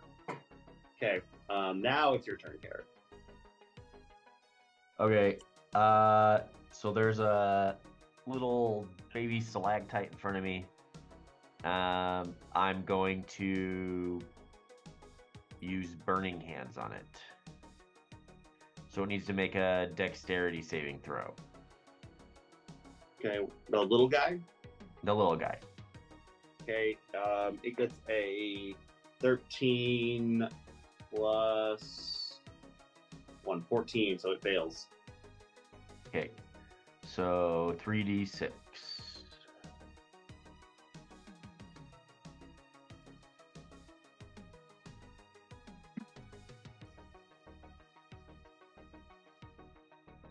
Nine damage. It writhes in pain and expires. So it is dead. Anything else? Any movement you want to do or anything like that? I think I'm good right here. Do I have a clear view of the giant stalactite monster where I'm at? Yeah, you do right now. Okay. Yeah, I'm gonna stay where I'm at. Okay, Bell, you are up.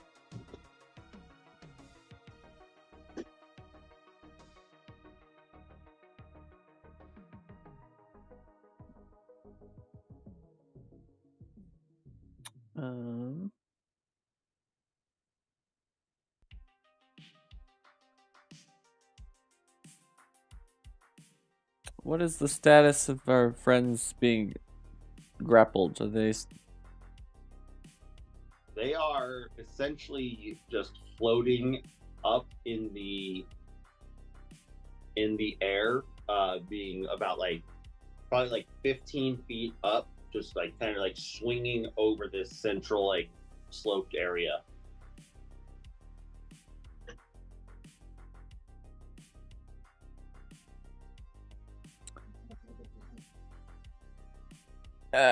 Yeah, I guess, yeah, I'll go ahead and utter my ignition words and javelin of lightning, or stalactite rock teeth friend here.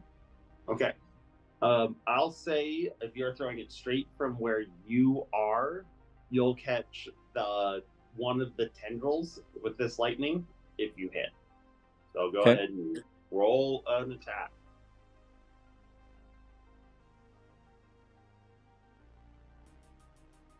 14. It sails over through that and lands on the other side. Now this is a precarious thing because it's on that slope. Or I'd say it hits it and falls down into the river and is probably caught up on that rock underneath it. So it actually doesn't damage it, but the tendril doesn't actually get a save. So roll your 4d6.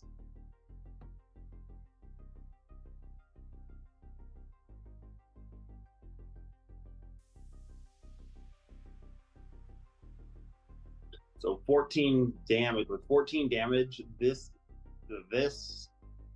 guy is dropped to the ground. He takes 5 points of damage just from the fall, and then makes a saving throw. It's a 7 plus 1 or plus 2. He slides down to about here, having fallen, but he's on the ground safe, having taken a bit of damage. So one of your guys is good. So that's up to you if you want to move or do anything. I think that's all I got for right now. Okay, so you stay where you are. It is now Shucksal's turn, who is going to take his first attack at the little piercer in front of him. Gets definitely hits and does 1d8 plus 8 plus 4, 12 damage. That destroying this guy, but then points to one of the guys like, the rope's above you, cut it. And one of the guys with the guy with the battle axe is going to make an attack on the rope that's holding him, as he just used the commanding strike. That he gets, but he is just barely able to get his axe out, tries to swing, and he's just swinging too much and doesn't hit. And Shucks all this is a fuck, and starts moving over towards here to kind of like just be able to better see the battlefield. Okay. I guess I never put Chonk in the initiative order. It's a 12 plus 3, 15, so he technically should have gone earlier, but we'll let him go now. At turn.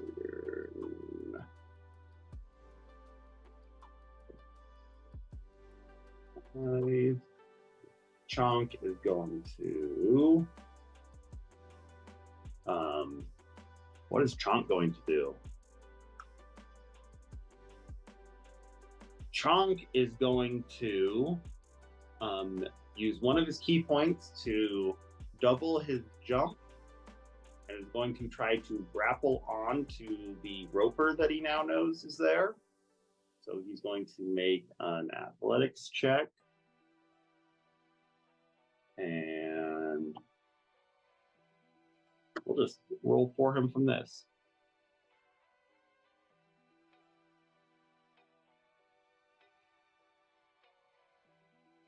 An 18, he grapples onto the roper up there and begins punching it.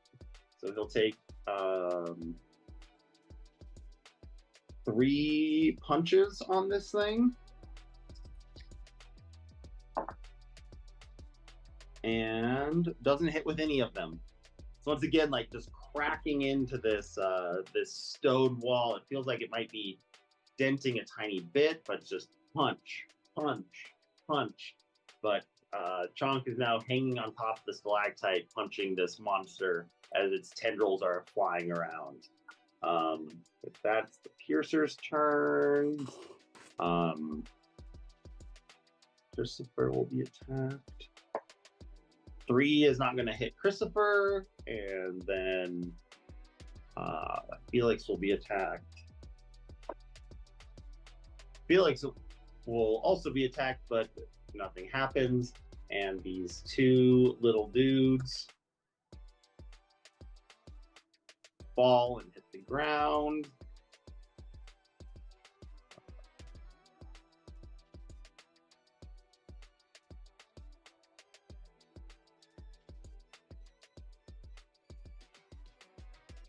Both taking, they were 20, they were higher up, so this much damage.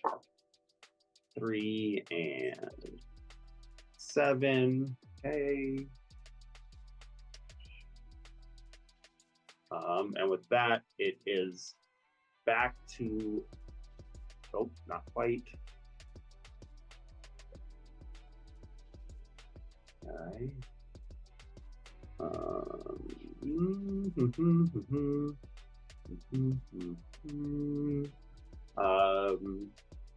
Over here.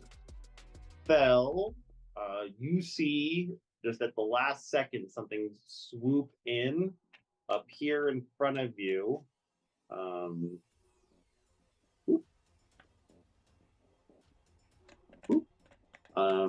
You can't totally tell immediately because it's like almost like 4 things that just surround you all at once.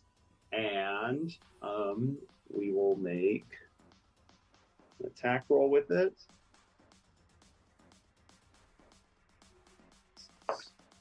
$21 to hit. I got hit by something. I got hit by something. So you take 6, 7, 8, 9, 10, 12 points of damage as this winged, like weird, like leathery, like winged creature latches onto your head. You are considered blinded and unable to breathe while it is attached to you. And it can make an attack only against you. The cloaker can detach by spending some movement. You can also escape it by using a 16 strength check. It does that. It is going to take a second attack as you are blinded. I think that's advantage because you're blind. That's a 15, and that is a 16. So it reaches around this barbed tail that you feel hit the back of your plate mail, but you are completely engulfed by this thing as it has its mouth on your head and its wings wrapped around you. The rest of you see this like 4 objects like just kind of like moving around it. Like you can't tell which one is the thing actually attached to your friend. Yep. But that is now Felix's turn again. So I guess all the orcs go real quick. The 3 on being roped are going to take attacks. None of them hit.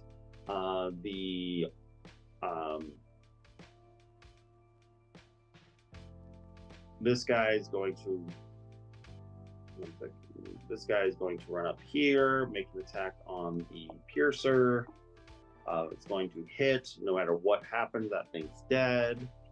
And then this guy is going to run up to this other piercer, make his attack, but misses.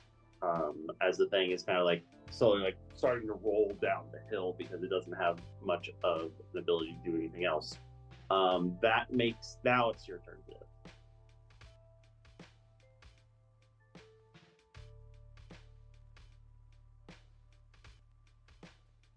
This gray area is that sloped? Is that what you said? Like is it like Yeah, a so ledge? that's all sloped at like a 20-degree angle. It's considered difficult terrain. You can move across it. But you know the bigger thing is if you fell into it, you might have a hard time catching yourself. Right, but I have these sweet new boots. Mm-hmm. Yes, you could boost yourself out of any situation here. Let's see, how far is this dude?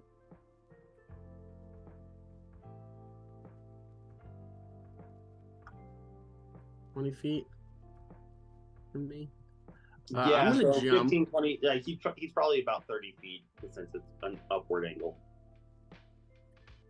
I'm gonna like slide down and then jump, and if I have to use these dope boots, I'm gonna jump and I'm gonna try and grab onto this guy. Okay. And ride him because that has become my thing now at this point. Grab and ride. So I'm gonna jump on over to here. Yeah, so you blast yourself up there, and since you have a flying speed, like and can like really like hold and like make sure you get a grab, I'm gonna not make an athletics check to grab, or make an athletics check with advantage. DC is just a bit lower. But it's not my strong suit. You are hanging on to the edge of him. You are like I'll just say you put your hand in his mouth. And no, sorry, wrong thing. How does he holy moly. And as you do, you take 8 points of damage, but you are able to grab onto him.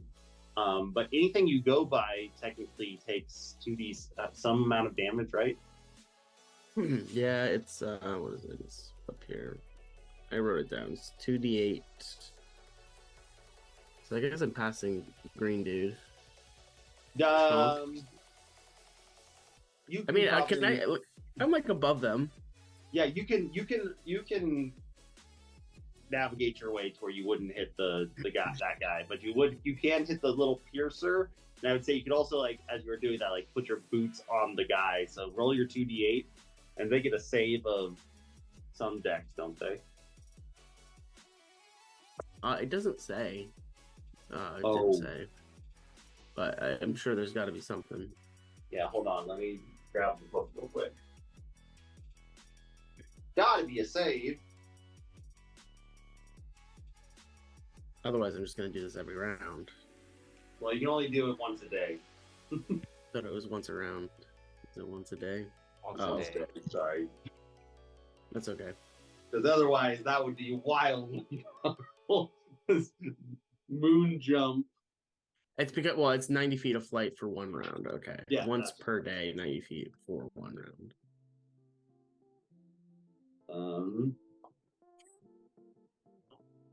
S. Storm Rider boots. DC 15 and it's 3d8. Oh, it's 3d8. Okay. I gave you the internet's version, not the actual book version. So 17 points of damage, even if it didn't save, even if it does save, the little guy on the ground is dead, and the other guy gets a 15 minus 1 is 14, so it takes 17 points of damage as the lightning sears into it, as your hand is like caught into it. As you're just It takes sneak hurting attack each other. damage. What? Is he engaged with anybody? Yeah, Chonk is holding on to it, punching it. Does this take sneak attack? This would give a sneak attack if you hit. Hell yeah. It has a very Well, high okay. AC, though. Okay, no, okay, never mind then. Cool. So I'm gonna attempt to hit it with my dagger in Okay. addition to this. Let's see if we can hit it. Ugh, no. Negative, Ghost Rider. Someday you'll roll more than a 4 on any attack. Yep, someday. Someday. It's not that day. Someday Not I that will day. I will actually crit on a sneak attack. One time. It just has to happen one time. Would have been Okay, cool. that happened. That was Felix's turn. It is now the Roper's turn, who is going to use its first action to reel in the 3 other guys next to it.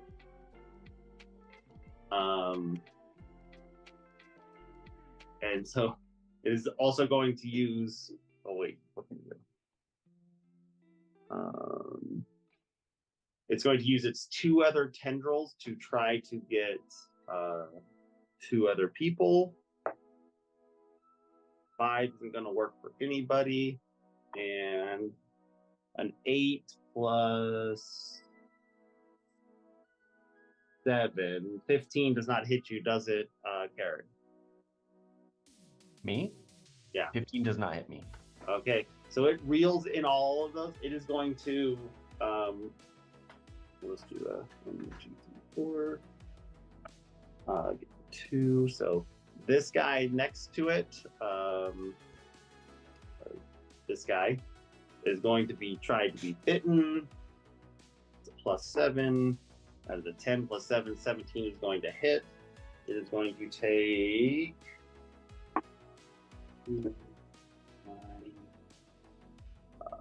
16 plus 16 plus, oh wait, hold on. 18 plus 4 is 22 points of damage. And this one of your orcish friends looks immediately after having been hit by something else, like on death's door and just totally lolling on the ground, or being hung out for those, like half of its like torso in this giant roper's mouth.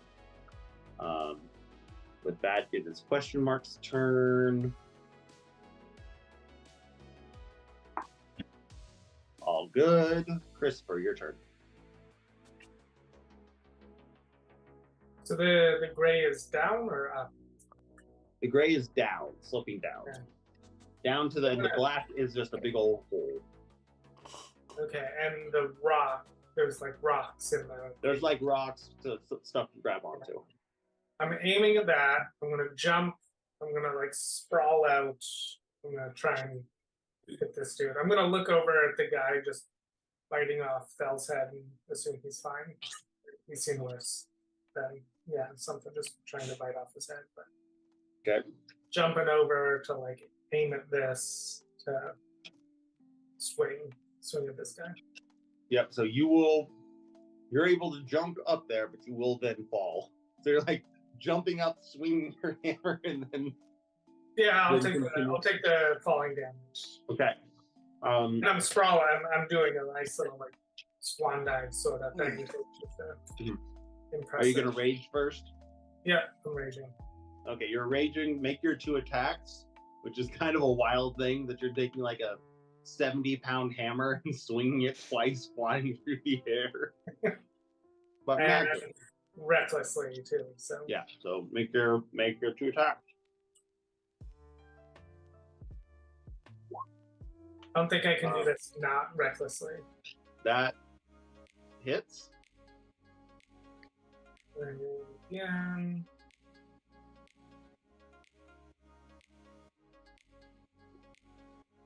That does not hit. So your first one hits it, and you like try as you're falling to like swing back around and catch it like with the back of your with a backhand, and you don't. You fall 20 feet.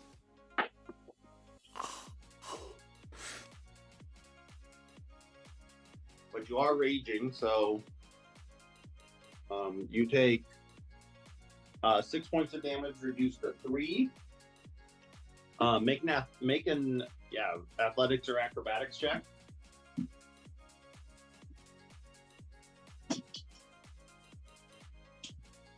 You're just fine. You kind of just fall, but are able to immediately catch yourself. You are in this like running water, which is probably about like 8 inches deep. But you've caught yourself and you are standing just like directly below the roper. But it did take that good 18 points of damage from that one hit. Okay. Fighters should be down here. Carrick, your turn. Can I tell if this creature originates from this plane of existence?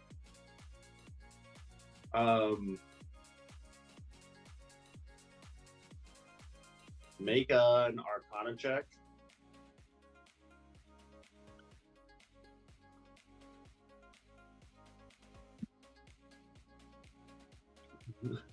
Yes, you would know that this is from this world.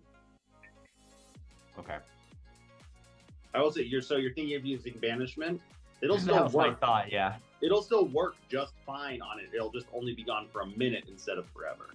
Yeah, that was my thought. I was trying to decide if it was worth it for it to only be gone for a minute and then just like be back. I mean, if it's gone, all the 5 people it's holding. I was gonna say it would free our friends. Yeah, that's true. Do they don't go with it, right? Would they No, they would just all fall 25 feet. Which all of that is fine for everyone but one of them. Yeah. Probably one I don't care about, right? I doubt that you care much about any of these people. Yeah. I'm gonna use banishment on the tentacle monster. Okay. That's a charisma saving throw. Yeah. Son of a bitch. It has a -2 on this. This is important. I will roll it in front of the board.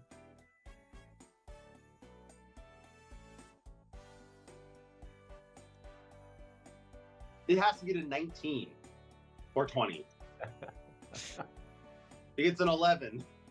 Every single one of you plummets to the ground. This guy is suddenly disappeared.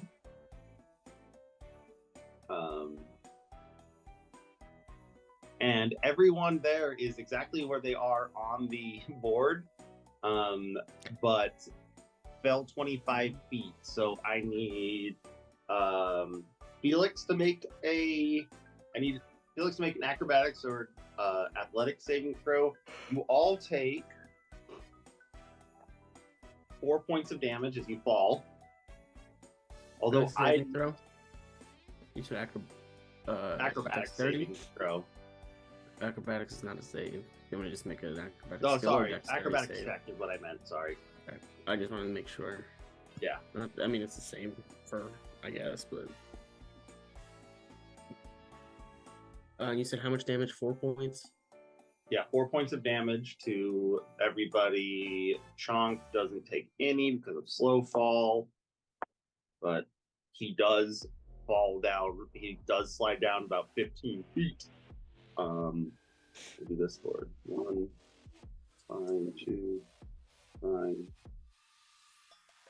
3. This guy falls down here.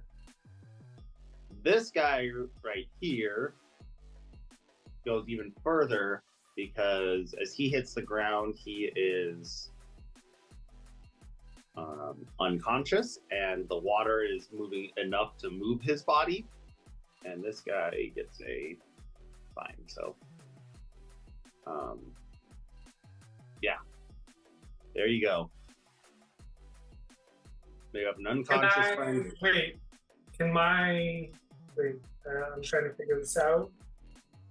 Can my ancestral guardians reduce his attack? Because it's something I can see. What is it an attack or just any amount of damage? Let me see.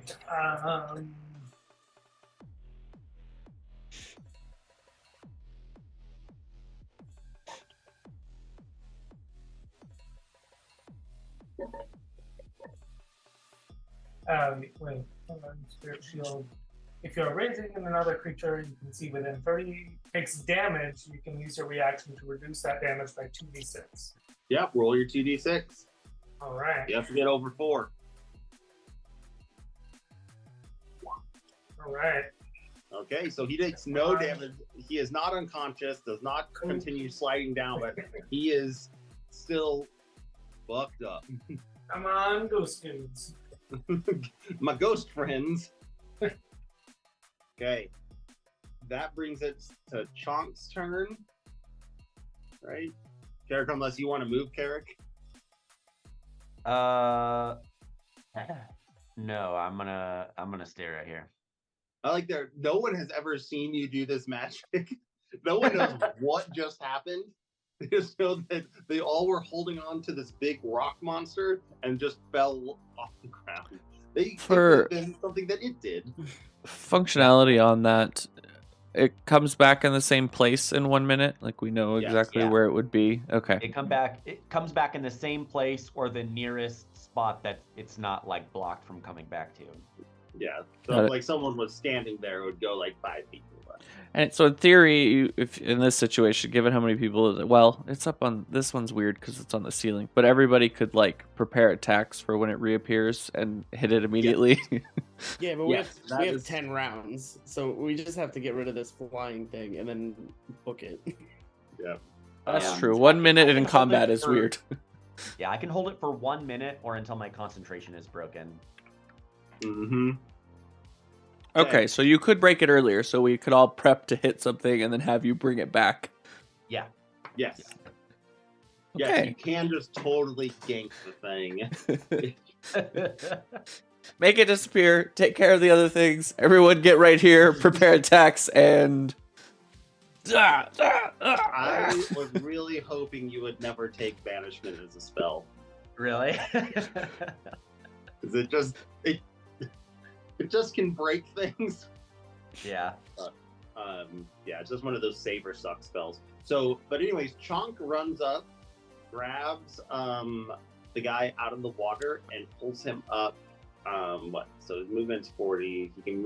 He can essentially pull using another key point to get the guy up to about here. And he's immediately trying to pull him out. That's his entire turn is helping that guy escape. Thel, it's your turn. You are currently blinded, and the cloaker is all over your face. Do I need to roll something to get blinded and. If you want to try to rip him off, you can, but it will use your entire action. Okay, so we'll just attack. Can I just attack it? But blinded. What does blinded do to me? You can attack it. It's just, you have disadvantage on the attack.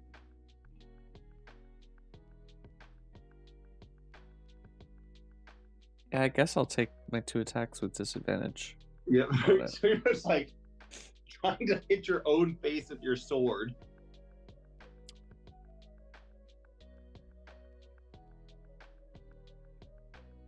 That's a miss.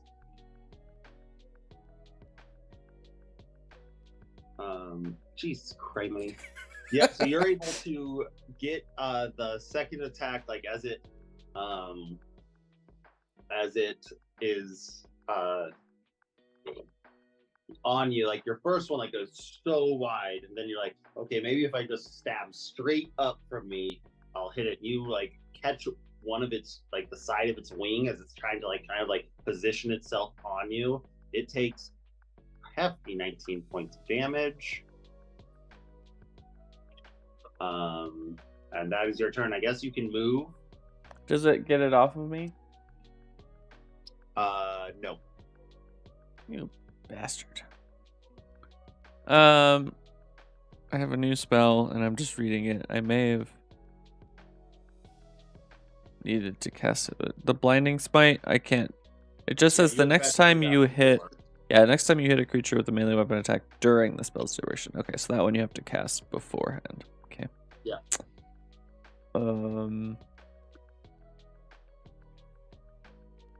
You can try and move, but I might make you roll to see which direction you move.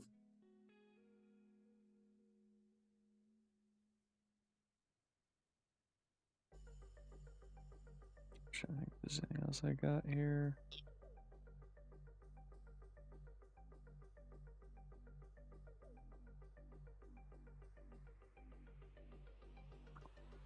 I guess I could do a divine smite. Maybe I'll do that. Yeah, you can pump a divine smite into that.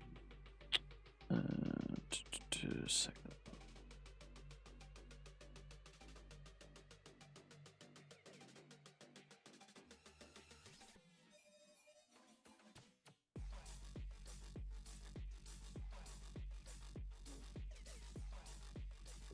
Whatever it takes. Where do I?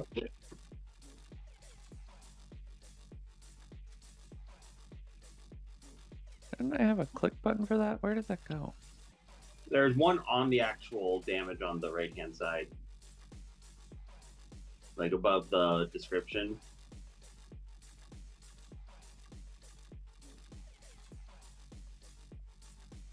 Oh, on the... Okay, there it is, yeah. And then I can pick the spell slot. There we go. Yeah. Okay, I was... Do that.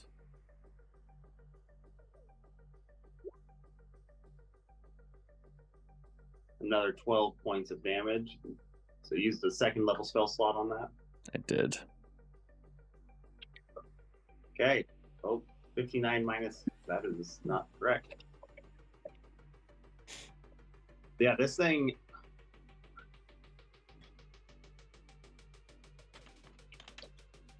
Okay.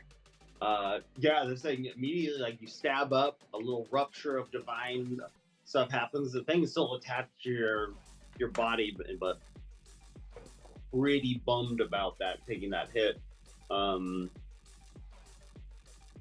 Yeah, that brings it to Shuxall's turn. Shuxall's gonna run up and try to rip the thing off of your face, making a opposed athletics check. Shuxall gets a natural 1, as the thing is just like too latched on to the side of your head with its teeth. He like pulls, he like slips on some wet rock and like falls down and stands back up. He says, "Son of a bitch," and that wastes his turn. The piercers are up next because there were 2 more that you guys hadn't noticed.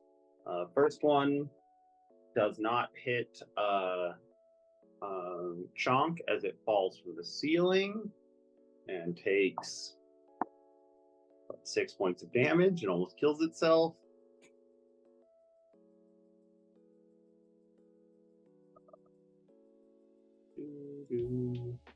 Player token. This guy is going to make his attack. Come on, baby.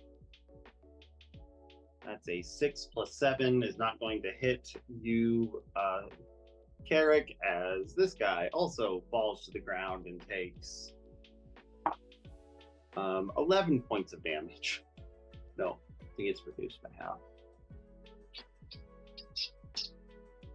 Yeah, still takes a ton of damage and almost dies.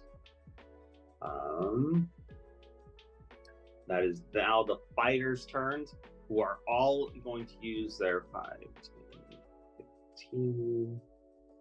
They're all able to dash and get up here. At least the ones that were down in the hole are all going to rush up here to safety.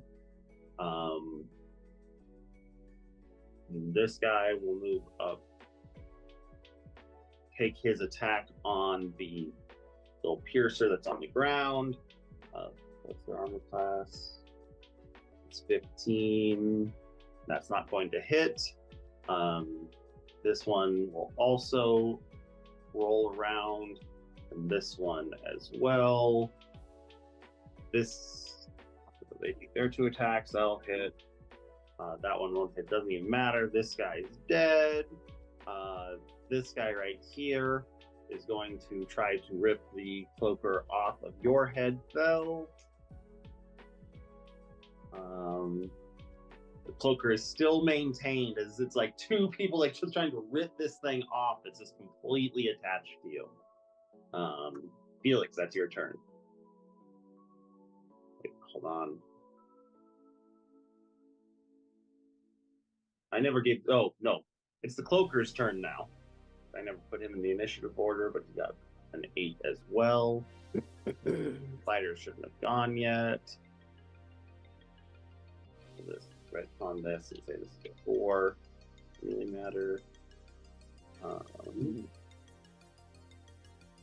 The cloaker is going to take its mouth off of you for a second and use its moan ability. Every creature within 60 feet of it make a DC 13 Wisdom saving throw. So we'll just do 1 for Chunk, gets it. 1 for Trupsol, doesn't get it. Nope. Trupsol. Doesn't get it. And then the orcs. They didn't get it. These ones don't get it. Let's do. Okay. You guys all save as this wailing moan comes out of this thing's mouth, and you see the people that had already been like pulled up by the tendrils to your left, to the top, are immediately terrified of these things. However, all the ones standing close to it were able to like stand their ground, like thinking, we gotta save these people, like and are fine. So none of you are frightened. These guys are all considered frightened and are just going to get as far away from the thing as possible on their turn. That's the cloaker. Oh, the cloaker will make an attack on Thel with advantage.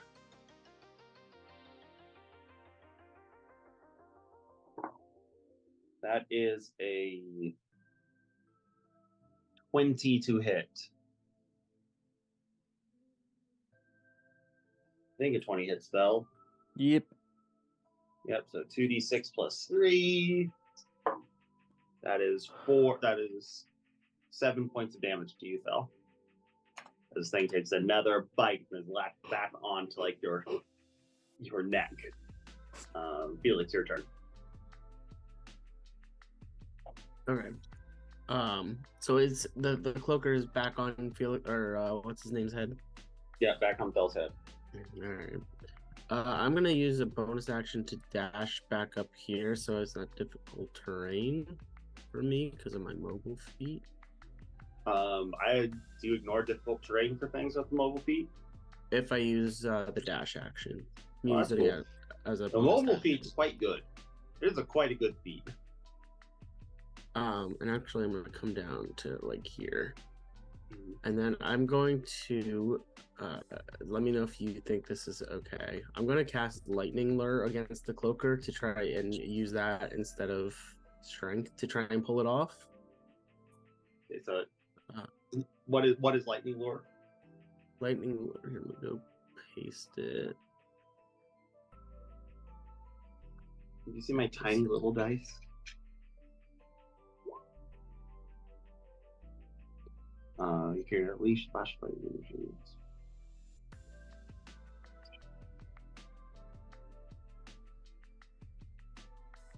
I think it makes sense because everything's been a Strength or Yeah. Athletics. Yeah, so the target is receiving a strength save. Your save is 12. Or what's your spell save DC? 11 or 12? 13? Spell save is 8 plus 4 plus 1? I think it's 13.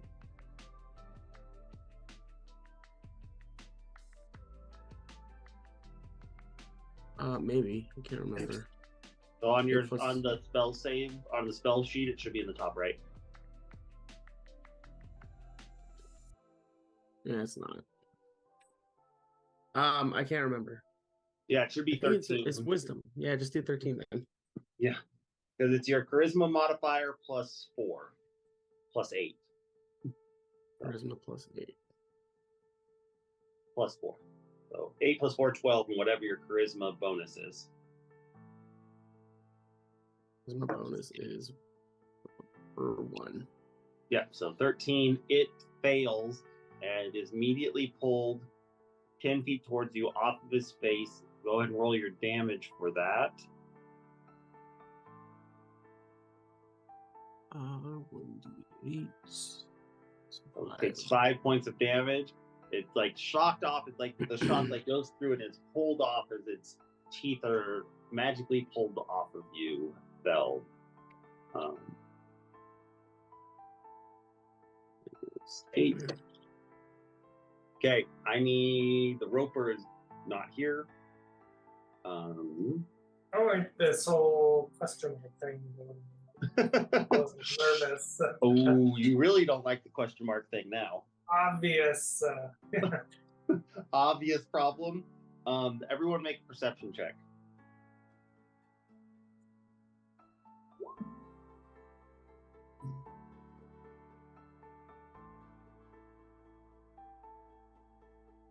Jeez, Maurice. The three of you, especially you, Christopher, and Carrick, you do as well, but Christopher, you even feel it. You feel a thudding, and you guys hear like the scraping of stone and something moving up. Or not something moving, but you hear a loud like echoes coming out of the giant hole. And although it doesn't totally appear, Christopher, you don't see it. You had just like heard everything going on there. Carrick, however, you glance over as you kind of notice this and see just the head of this giant lizard-like creature, and the top of its legs pop out. Layer.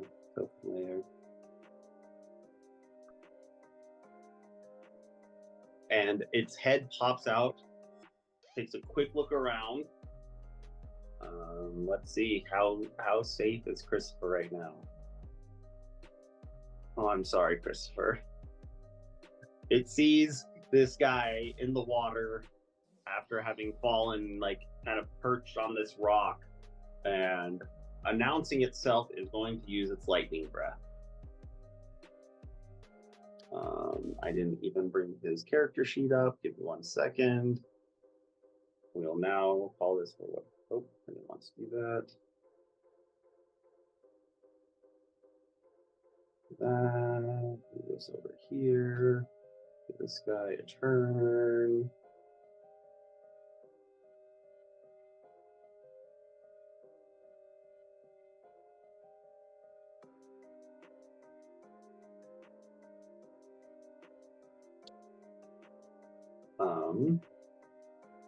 I need you, Christopher, to make a dexterity saving throw. You have advantage because you saw this coming because of your perception check. Dexterity, you said? Dexterity saving throw.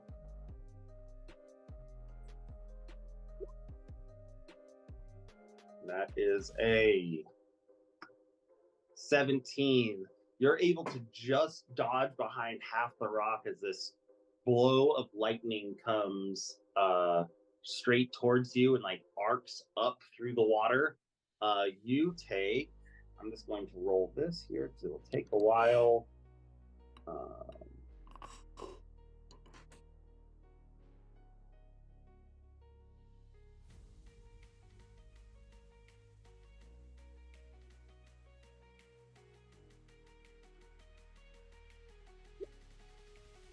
Nice.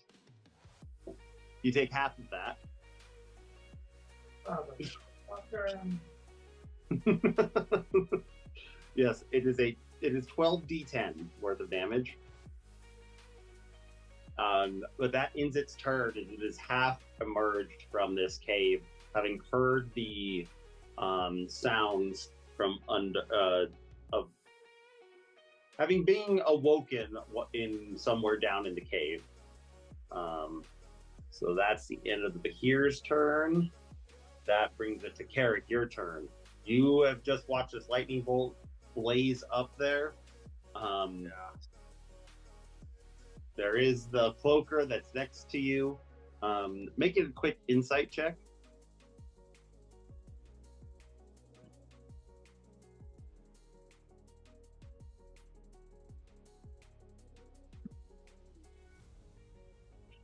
You see a flash of when that lightning happens. Everyone notices a flash of panic on this cloaker's face. So there's that. Cloaker's face, I noticed. Yeah, the monster that just got ripped off of Bell. You notice some like a flash of fear on it.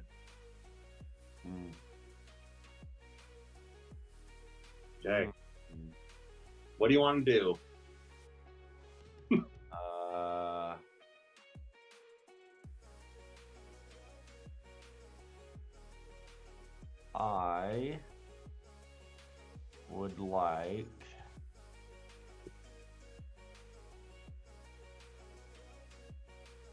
I would like to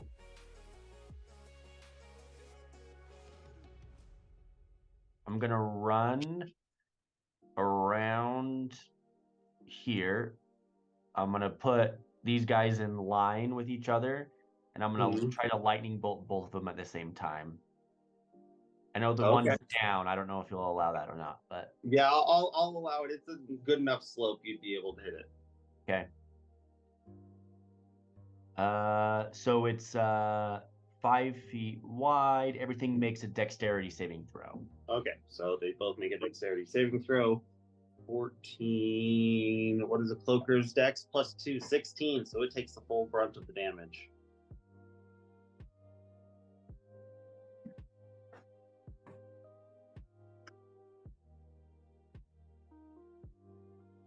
$28 points of damage.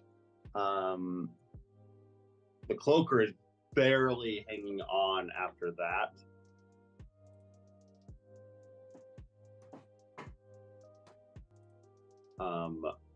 And the Bahir, it seems, just absorbs the damage completely.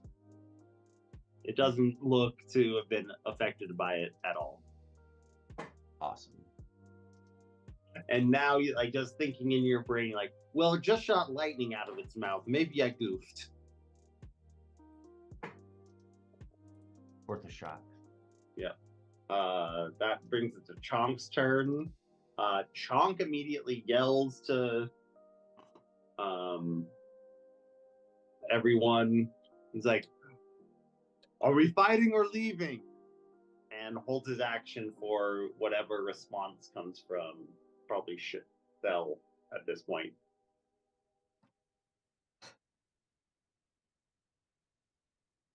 Bell, you have just been released by this thing, and you see a big old lizard man that just shot a 20-foot lightning bolt out of its face at your friend.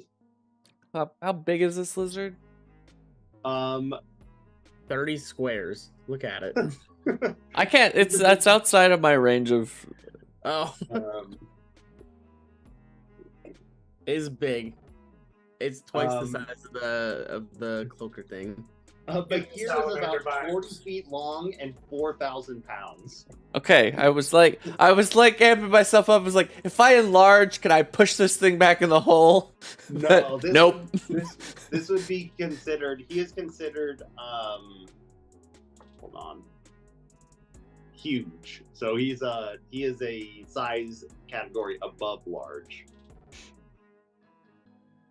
It is 40 feet long. Didn't hear you.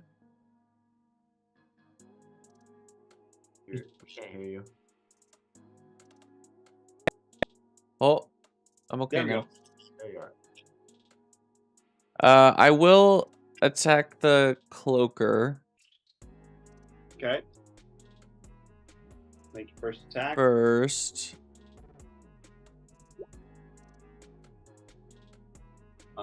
15. Yeah, that hits, and it crumples to the ground and starts rolling down, gets to about here as it is dead. And then I just say run, and we should run. Okay. So you start chugging your way 30 feet. Yeah, how intense is this waterfall? Is it You can run through it, it's fine. okay? Okay. That Shugsall says don't have to tell me twice. Well, with you saying run, Chonk is going to then immediately use his dash action to get up here.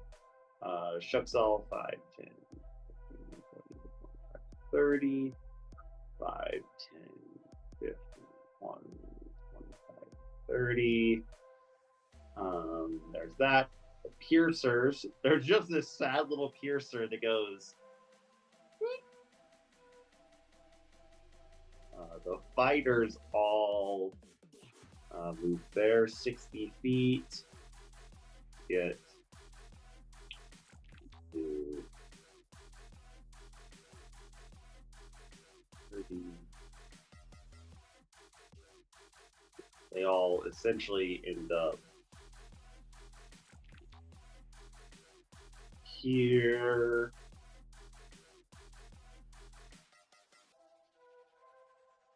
This guy in the belt here. Guys, it's a good thing that you didn't shoot a lightning bolt through that group because they'd all be dead. Cloaker is Gonzo.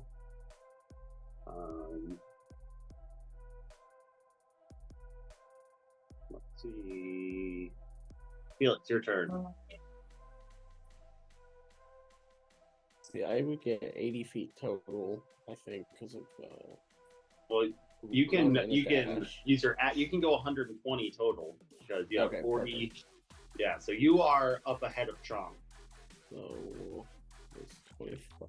Okay, up ahead of Chonk. Perfect. Yeah, Where's just Chonk? put yourself like 10 feet ahead of Chonk is roughly. You're probably you're probably like halfway down that hallway. Well, and if you use your dash action, you don't even have to ignore difficult terrain. You can go straight across that 120 feet. Yeah, I mean, I'm using. Yeah. Yeah, you can end up. I'll be like right here. You can end up right here if you want. Yeah, I'm gonna go up there. Why not? What's the worst that could happen? Well, you won't know if something bad happens behind you. Self-preservation. That brings it to squishy boy. I think I skipped your turn, Christopher. I was gonna say, yeah. How is it not Chris's turn? Yeah, I think the here went, and then I went to Carrick on accident. So, Christopher, you technically had a turn before that. What did you do after taking that lightning bolt? I mean, am I here or am I before? You are here. Imagine everyone back before anyone's run. I am. Okay, so how many people were like down in the lower right? In the lower right, there were like 6 people. Because I have my explosives kind of stored right at the. Yeah, your explosive is down here. Yeah. I am going to Horn of Blasting to Okay. try and set off my explosives. And then book it behind me. Okay, how big of a range is the Horn of Blasting? Is it cone? What is it, like a 30-foot cone? A 15-foot cone? Horn of Blast, I still have it up. 30-foot cone. What does that Okay, mean? 30-foot cone. You are how far away from where you said you put it? You're 45 feet, so you would have to. I would say because it's up above you, you would probably have to get up to. You have to jump up 15 feet and blow your horn, and I'll say it can hit it. That sounds like the best case scenario. Yeah, you will probably take falling damage and have to make an athletics check to not fall down. But This is my best. Yeah, Okay. that's my best chance right here. so blow your Horn of Blasting. What is that? There, one second. Be right back.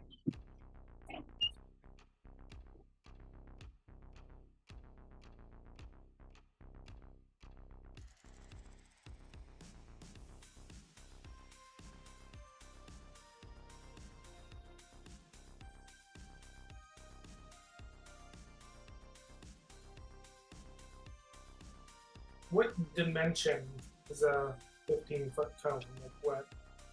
Or 30-foot cone?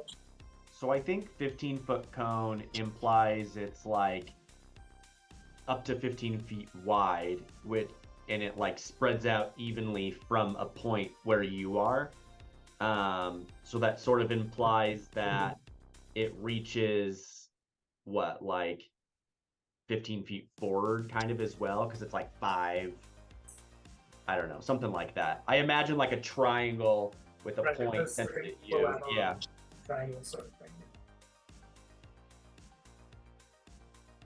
Making me nervous, this thing.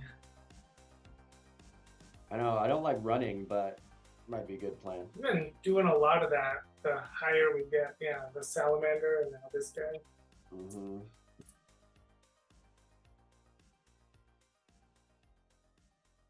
Yeah, the casual 69 damage. I was just like, or 60, whatever.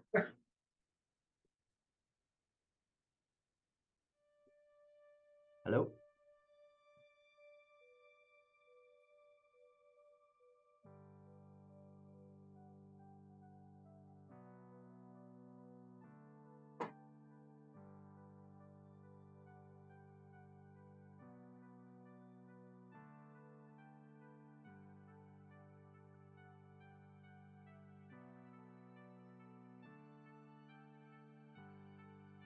Got a 20% chance this thing does up to 60 points of damage to me. So, and I'm at 57 damage. So, this thing might kill me.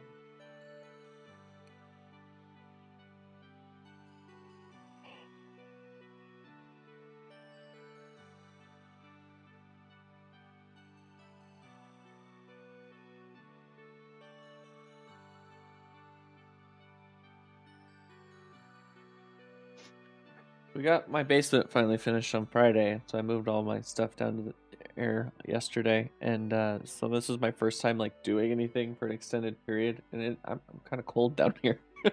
It looks similar. Is that a different room than you? It is a different room, yeah. It looks very similar, but I don't know. Yeah. I guess you Marisol got the same stuff. complains. Our basement is too cold, so I turned the air conditioner to set like it's at 72 for our main floor in our basement, so that's not cold in the basement. And then she's upstairs like it's too hot. I'm like, you can't have it both ways. Yeah. You either have a cold basement Yeah. or I closed all the vents down here. So it's not I totally I mean some probably still comes through. Those vents are not airtight, but yeah, I'm a little chilly. Yeah, that's nice. Oh yeah, our basement's always. During the winter, my mom like can't sit in the basement because it's like 64, no matter what you do. At least the clouds came out, so it's less hot. So can I'm gonna try and actually run. Can I reach? Where was I? How far can I reach? You have a 40-foot move speed. You can jump up. Here, let me get a little measurement. I can get to. But since it's difficult terrain, you could only get half that far. Even if I jump. If you jump, you can make. If you jump, you can make it up to. You can make it up to here and probably have. I'll say you can get to right there, but have 5 feet of movement left. Okay. I feel like I want to instead just jump this way. Yeah, I'm gonna jump this way. Bail on the horn of blasting. I'm bailing on that stupid blasting powder. Yeah, we got a recipe. Okay, I will say though, Felix can move 120 feet, and since I skipped your turn, we can retcon. If you told him to get the bomb, he would probably be able to get the bomb and be up there with that group. Be great. Would you go get the bomb, Felix? Yeah, absolutely. Okay, I'm a team player. So right here, you would have had to go. You would have used 30 feet to get the bomb, and from here, you could go 90. You can still get to like fucking here. Yeah.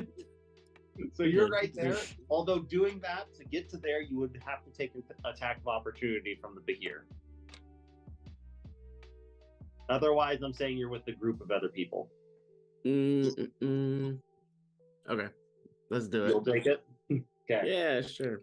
Bahir gets a plus. It is going to try to. Okay, since its whole body's out there, it can only use its spikes. I was going to say, could I be a dick and use its constrict, in which case you're grappled? But it's happens. I would say it would only be able to bite you here. That is an 18 plus 10. Does a 28 hit your armor class? No. Why do you even ask that question? Because it's funny. I always think that, like, in all of the like shows, they ask that, like, no, it doesn't. There's absolutely no way I can have an AC of 28. You take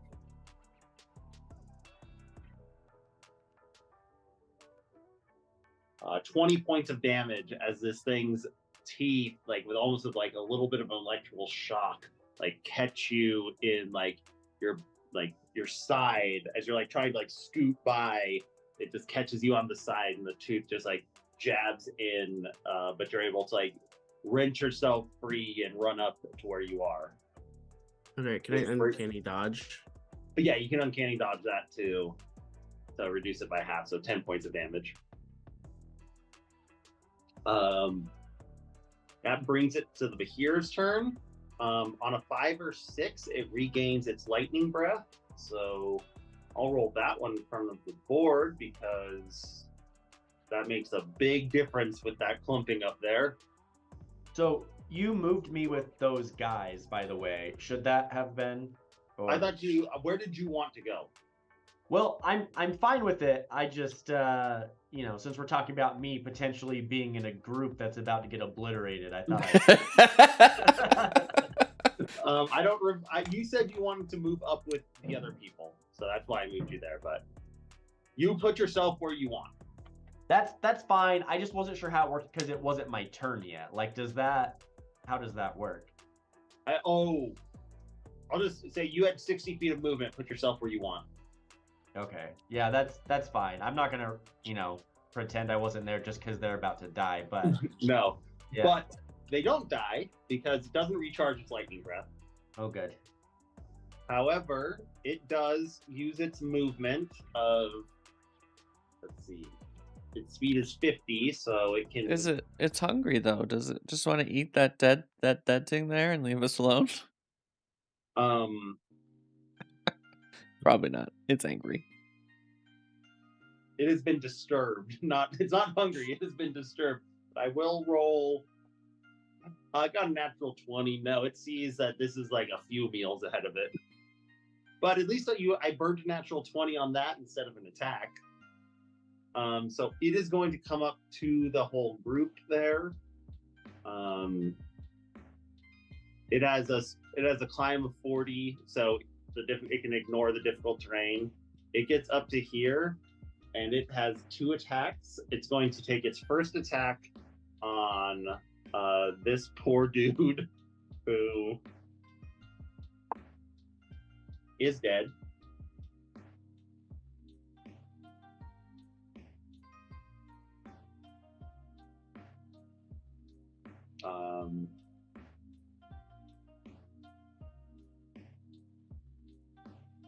So he's dead. It's going to use its other movement to get up to here to kind of like almost block the path that you guys are in, and is going to use its constrict on Shuckzal, which Shuckzal has an AC of 17. Constrict is plus 10. That's a 12, 22. Shuckzal is wrapped up in this thing's long ass 40-foot tail, and he is considered constricted and takes 15 plus. Holy Lord, constrict puts up for a lot. 15 plus 6 is 21 plus 21, 30. 36 points of damage. I think I can reaction. Yeah, you can reaction and reduce that by an amount. Well, there you go. You're welcome. So, 31 points of damage. However, he is considered grappled in this thing's tail. And it is standing there in front of you all. Christopher, your turn.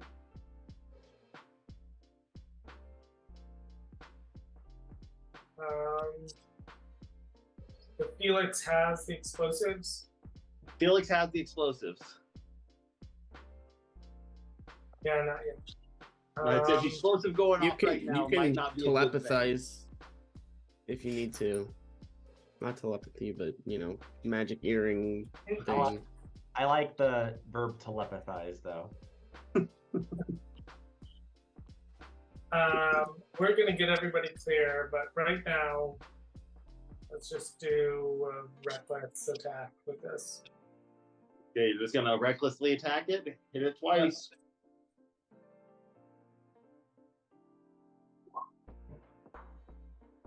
That doesn't hit.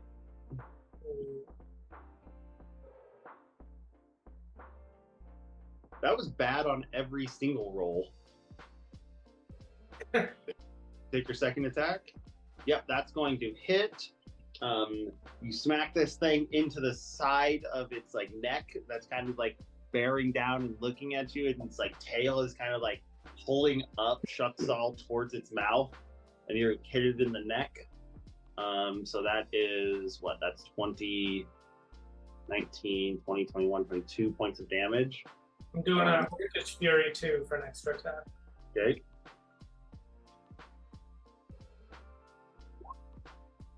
$17 just barely hits, so you hit it and just keep hitting its neck, like hoping to maybe collapse its trachea so it can't eat somebody. Minus another 14, 15, 16, 17, 18. Yeah, that's your turn. Unless you have some more movement, you can rock around it or do what you want. No. You'll stand pat. Oh, great. Okay. Standing guard. Next up is Carrick. How where am I at in terms of 1 minute from banishing that thing? It's been gone for 3 rounds, so you have another 7 rounds. Oh, wow. Okay, awesome. Yes. Okay. Combat that lasts over a minute is rare. Okay. I am going to use Gravity Sinkhole. And I'm gonna place it just over the edge of the pit within range of this thing. So like right there. Okay. So it needs to make a Constitution saving throw. Yep. So I want to make sure. Is there a size restriction on if it can be moved? Doesn't say anything about a size restriction. Okay. I just wanted. I don't want to say like, well, it's huge. This doesn't work. Yeah, I was expecting there to be some. I can post it to chat and see if you see something I don't see. But like, I half expected it to say that there was a size restriction, but I didn't see anything. Nope. Looks like you're all good. I will tell you though. Also, Shucksall will be pulled with it. Yeah, it's okay. Bye, homie. Look, man, sometimes sacrifices have to be made. Like, For the greater good. This guy knows that for the loved greater me good. thought you were the coolest dudes. Well, in defense, I don't think any actual person you've liked has died in this campaign. It's just animals. Okay, so Constitution saving throw. Yeah. DC 17. Well, this is another one that could possibly. How much does it get tugged? 20? It gets tugged 20 feet toward the pit, and then takes damage depending on. Yeah, I just want to see like where in the pit it would fall. I feel like it can get to the edge of the pit, like into the pit, but I'll let you make. Yeah, that it would be right on the edge of the pit. I'd say get some sort of save to not fall in. Okay. So does that sound fair? Sure. Okay. But first it's a Constitution. Get the +4 on this. We'll roll this in front of the board. Advance. It is 1d20 plus 4. 12. Fucking beefs it. So it does the damage. It gets pulled to here. I'll give it a dexterity saving throw to be stuck there. Otherwise, it starts falling. Okay. And it takes 25. Okay. Oh, my lord, everything keeps zooming. Minus 25. It's pulled there. Shucksall is also right next to it.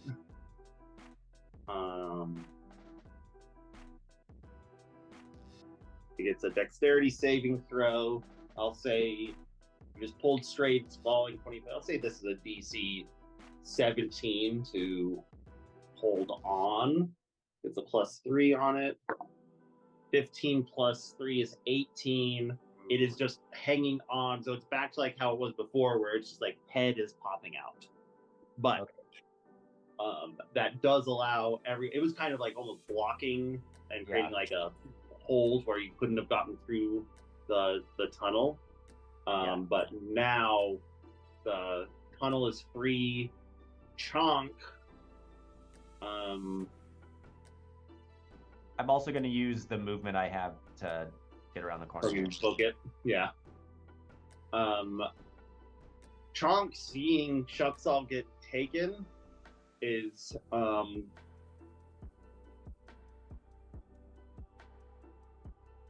And all of that, it still held on to Shucksall. It didn't just. Yeah, it's all. It is wrapped up in a 40-foot tail. Okay, I just didn't know if in the I'm falling, if it was like would drop him. Nah, that's too easy. Chonk, is going to make a roll. That's a natural 1 from Chonk. Chonk is running down. Chonk has 40 feet of movement. Let's see. Let's measure real quick. I feel like it should only be difficult terrain going up. Down, he's just sliding. He gets down to where Shuxall is. Because the thing's like, it caught itself, like, I'll just say, like, its top half is on top, its bottom half is, like, just barely clinging on. Is able to get down there, is going to make an athletics check to try to wrench him free. What is his athletics? His athletics is +3. He rolls a 7, so he has a hold of him, but can't quite get him. He is going to just see if anything skill-wise that would help here.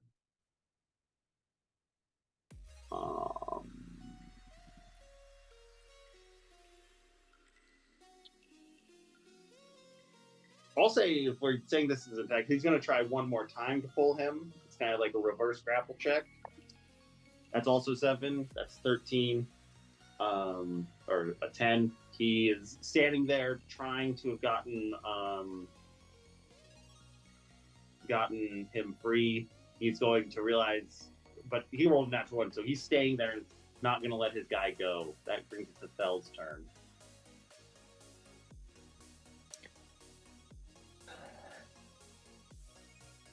I'm just far enough away. I can't do anything. I guess, yeah. How far are you? You're 35 feet? Yeah. Or 40? 40, Yeah. really? I am, having realized something, going to grab my javelin from trapped on this rock. Okay. And then I guess shoot at this thing with my crossbow. Yeah, shoot your crossbow. Actually, what I'll do is, do I have rope on me? I think I probably do, right? Yeah, you would have rope. Yeah, lasso Shuxall. No, when I throw some rope to our pink dude, Chunk. I forgot his name for a second. I'm gonna throw some rope over to Chunk and, I don't know, brace myself on this rock. I don't know. I'm just Okay. You do that. There's some rope going between you guys now. Now it is Shuxall's turn. Shuxall is going to do the only smart thing and try to escape this guy. He gets a +7 on this roll. That's a 14 + 7.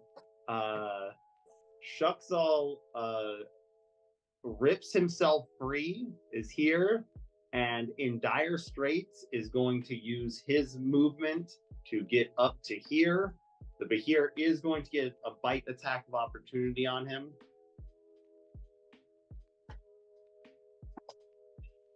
That's a 9, or what is that, a 3 or a 9? Well, that's a 3. 3 plus 10 is 13. It does not hit, and Shuxall's able to escape as, like, the Bahir just hasn't quite contorted itself, able to get a good attack on it. That brings it to your turn. Or the fighters all go, and the fighters are fucking outie. And they are, for all intents and purposes, into safety. This tunnel that you're going through, you know the Bahir could not. It'll eventually be able to burrow itself out through it, but it would in no way could go through this right now. So, kind of, as long as you get at least like 20 feet down that tunnel, you're in safety. Felix, your turn.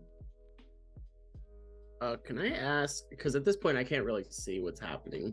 Can I use the the earrings to telepathize with Christopher and be like, well, what the hell is happening? And what do you need me to do? We'll say just set the explosives at the front of the cave and get At the front of the tunnel? Yeah. All right, I'm gonna place the explosives at the end of the tunnel here. Okay. So, shoom. And I see the thing hanging on. I'm like, oh shit! So I put them down, and then I'm just gonna stay here. So, I'll be waiting for you guys. Okay.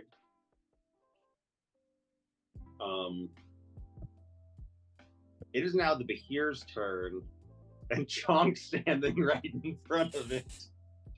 So a natural 1 gets you. It's going to roll a d6 to see if it gets its lightning breath back. It got a 6. It got its lightning breath back, and immediately, just mad, is going to send a 20-foot line of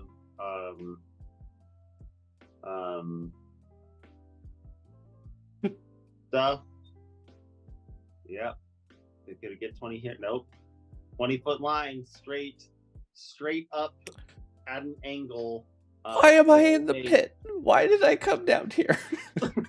Roll a honestly, this is better for Chonk because otherwise Chonk is gonna get bitten and constricted and pulled down into the pit with it. DC 16 dexterity saving throw.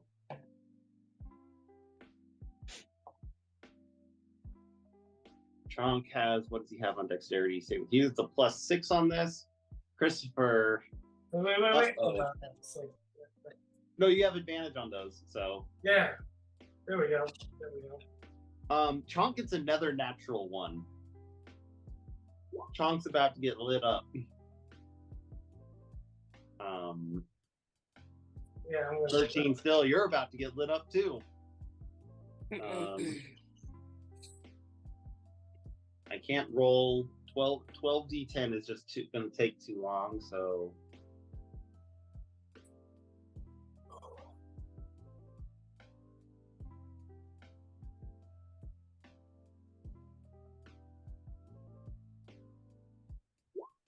$68 points of damage to both of you. Chonk is unconscious. Yeah, I've got 57. So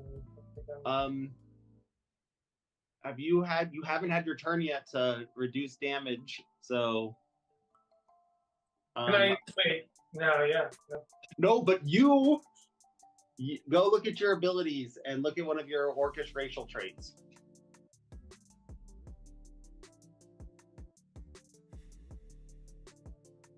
Both of you actually have this. Oh, when you're reduced to 0 hit points and not killed outright. Relentless endurance. You guys are both unconscious, but actually at 1. That is your turn, Get the fuck out of here. That is your turn, Christopher. So we're both okay. So I'm still conscious. Yeah, you are. You got blasted, felt yourself about to leave, but that little bit of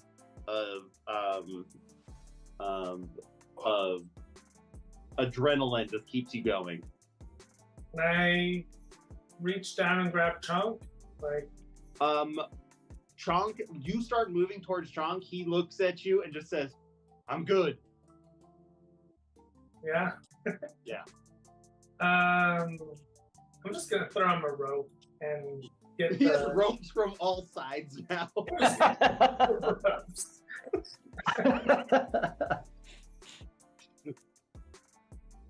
Okay. And wait, can I prepare like a reaction?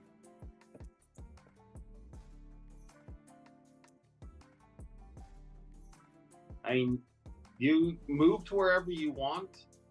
I mean, just for full transparency, you know that at the Behir's turn, it is going to be able to get up to the edge of that tunnel and without a doubt. And if it got its lightning breath back, it would probably be able to hit anything in that tunnel. Let's just get in here, and I'm holding my rope. That's it. Okay. Yeah, it's Carrick, it's your turn. I am running. Okay. You get to safety. Chonk is going to use his Step of the Wind ability to bonus action disengage and get the fuck out. I'm preparing. If once everybody's gotten through, I'm blasting this whole tunnel. So. Okay. I don't think that Bell is through yet. I know. What if everybody gets through? Are you going to be standing? The bomb's right here within 15 feet of you. You're going to stand that close? Oh, I'm tossing it as far as I can. Oh, okay, gotcha.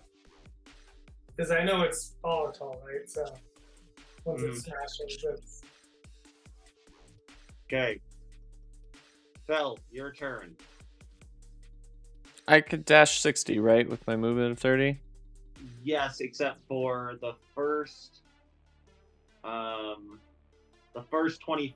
The first 30, you can actually only go 15, so minus 15 from whatever that is. So you can go 55. Or 45? So I can get yeah, to so Christopher, you're still kind basically. of in the possible blast zone. Okay, well,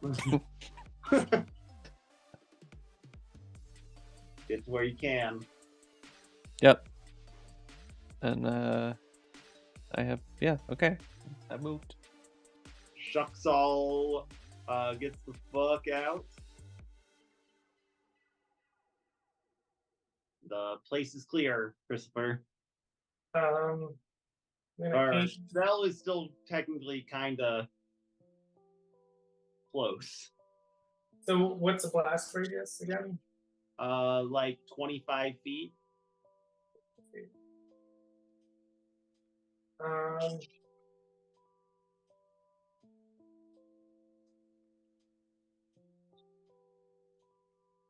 Pretty close with them. Okay. Yeah. No. Nobody. Not enough people are clear. Never mind. Nothing. Nothing for me. Okay. Felix, your turn. I'm just gonna, make my way. I don't want to get blasted at all. So Yeah. I'm gonna just kind of come in here with this little group. I'm gonna use the orcs to shield myself. To protect me. We get to the Bahir's turn. The Bahir is going to get up to here. And we will now roll a d6 to see if it gets its lightning breath back. It cannot move beyond this point, though. It is too big to move any further. It got a 6. Motherfucker. Bell and Christopher make a dexterity saving throw. Doesn't matter. So. Okay. Bell saves. Christopher saves. You guys still take 64 points of damage. And are both immediately knocked unconscious. Luckily, is that just to 0 or what? Yeah, for you it doesn't matter. Luckily, Chonk is just out of range. But yeah, you are both at 0, considered unconscious. However, this thing is just clawing, trying to get through, but is completely stuck. Christopher, make a death saving throw. This roll is straight D20, 10 or above, you succeed. Good? Yep, you're good. Yep, you're good. Carrick, what are you doing?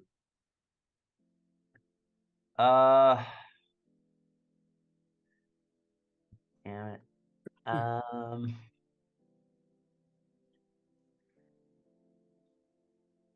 going to.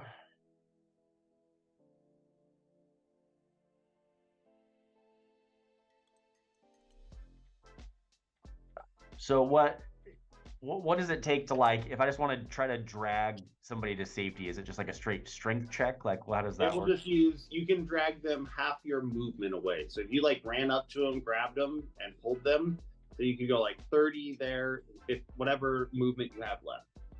Okay. With your action, you can like move people 15 feet. So you have 60 feet of movement. So you would be able to pull. I'd be able to get to them. Yes. Okay. That's not good. What is the if I do damage to the unconscious guys, what are the repercussions? They lose a death saving throw. They lose one? Yeah.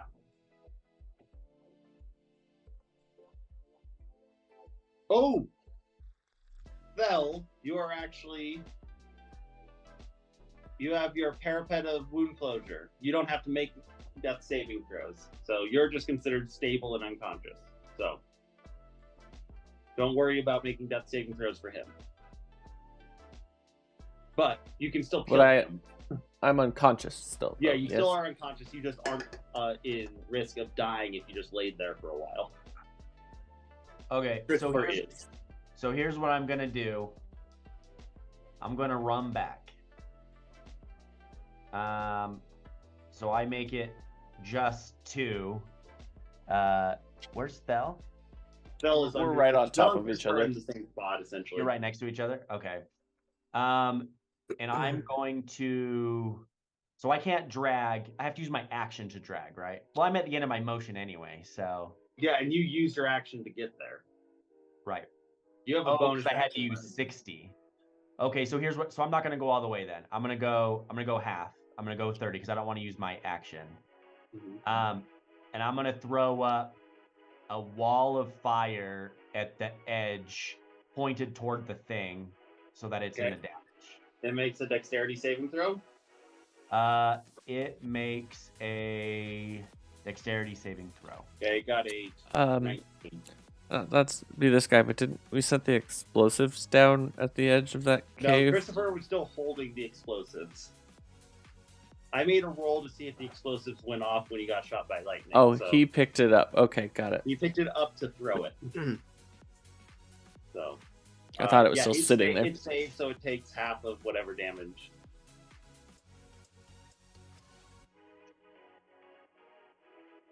That's supposed to be. Oh, so it saves? Is that what you said? Yeah, it saves, so it just takes half. Okay, so it's going to be half of 5d8.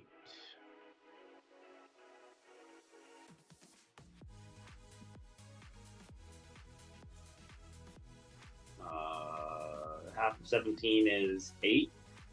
Yeah. Okay. Now no one can see the Bahir anymore. It's behind a wall of fire. Chonk will be able to go and grab, we'll say he grabs Christopher and is able to pull him up to about here because he can use his key points for movement. And Bell, you're just stable and unconscious. Shuxall will get up to you, Thel, and bring you up to about here. And at this point, even though you might not know it, at the very least, you are safe. I'm just saying that is because since we're over time, and I don't know what other people have to do. Yeah, I gotta run.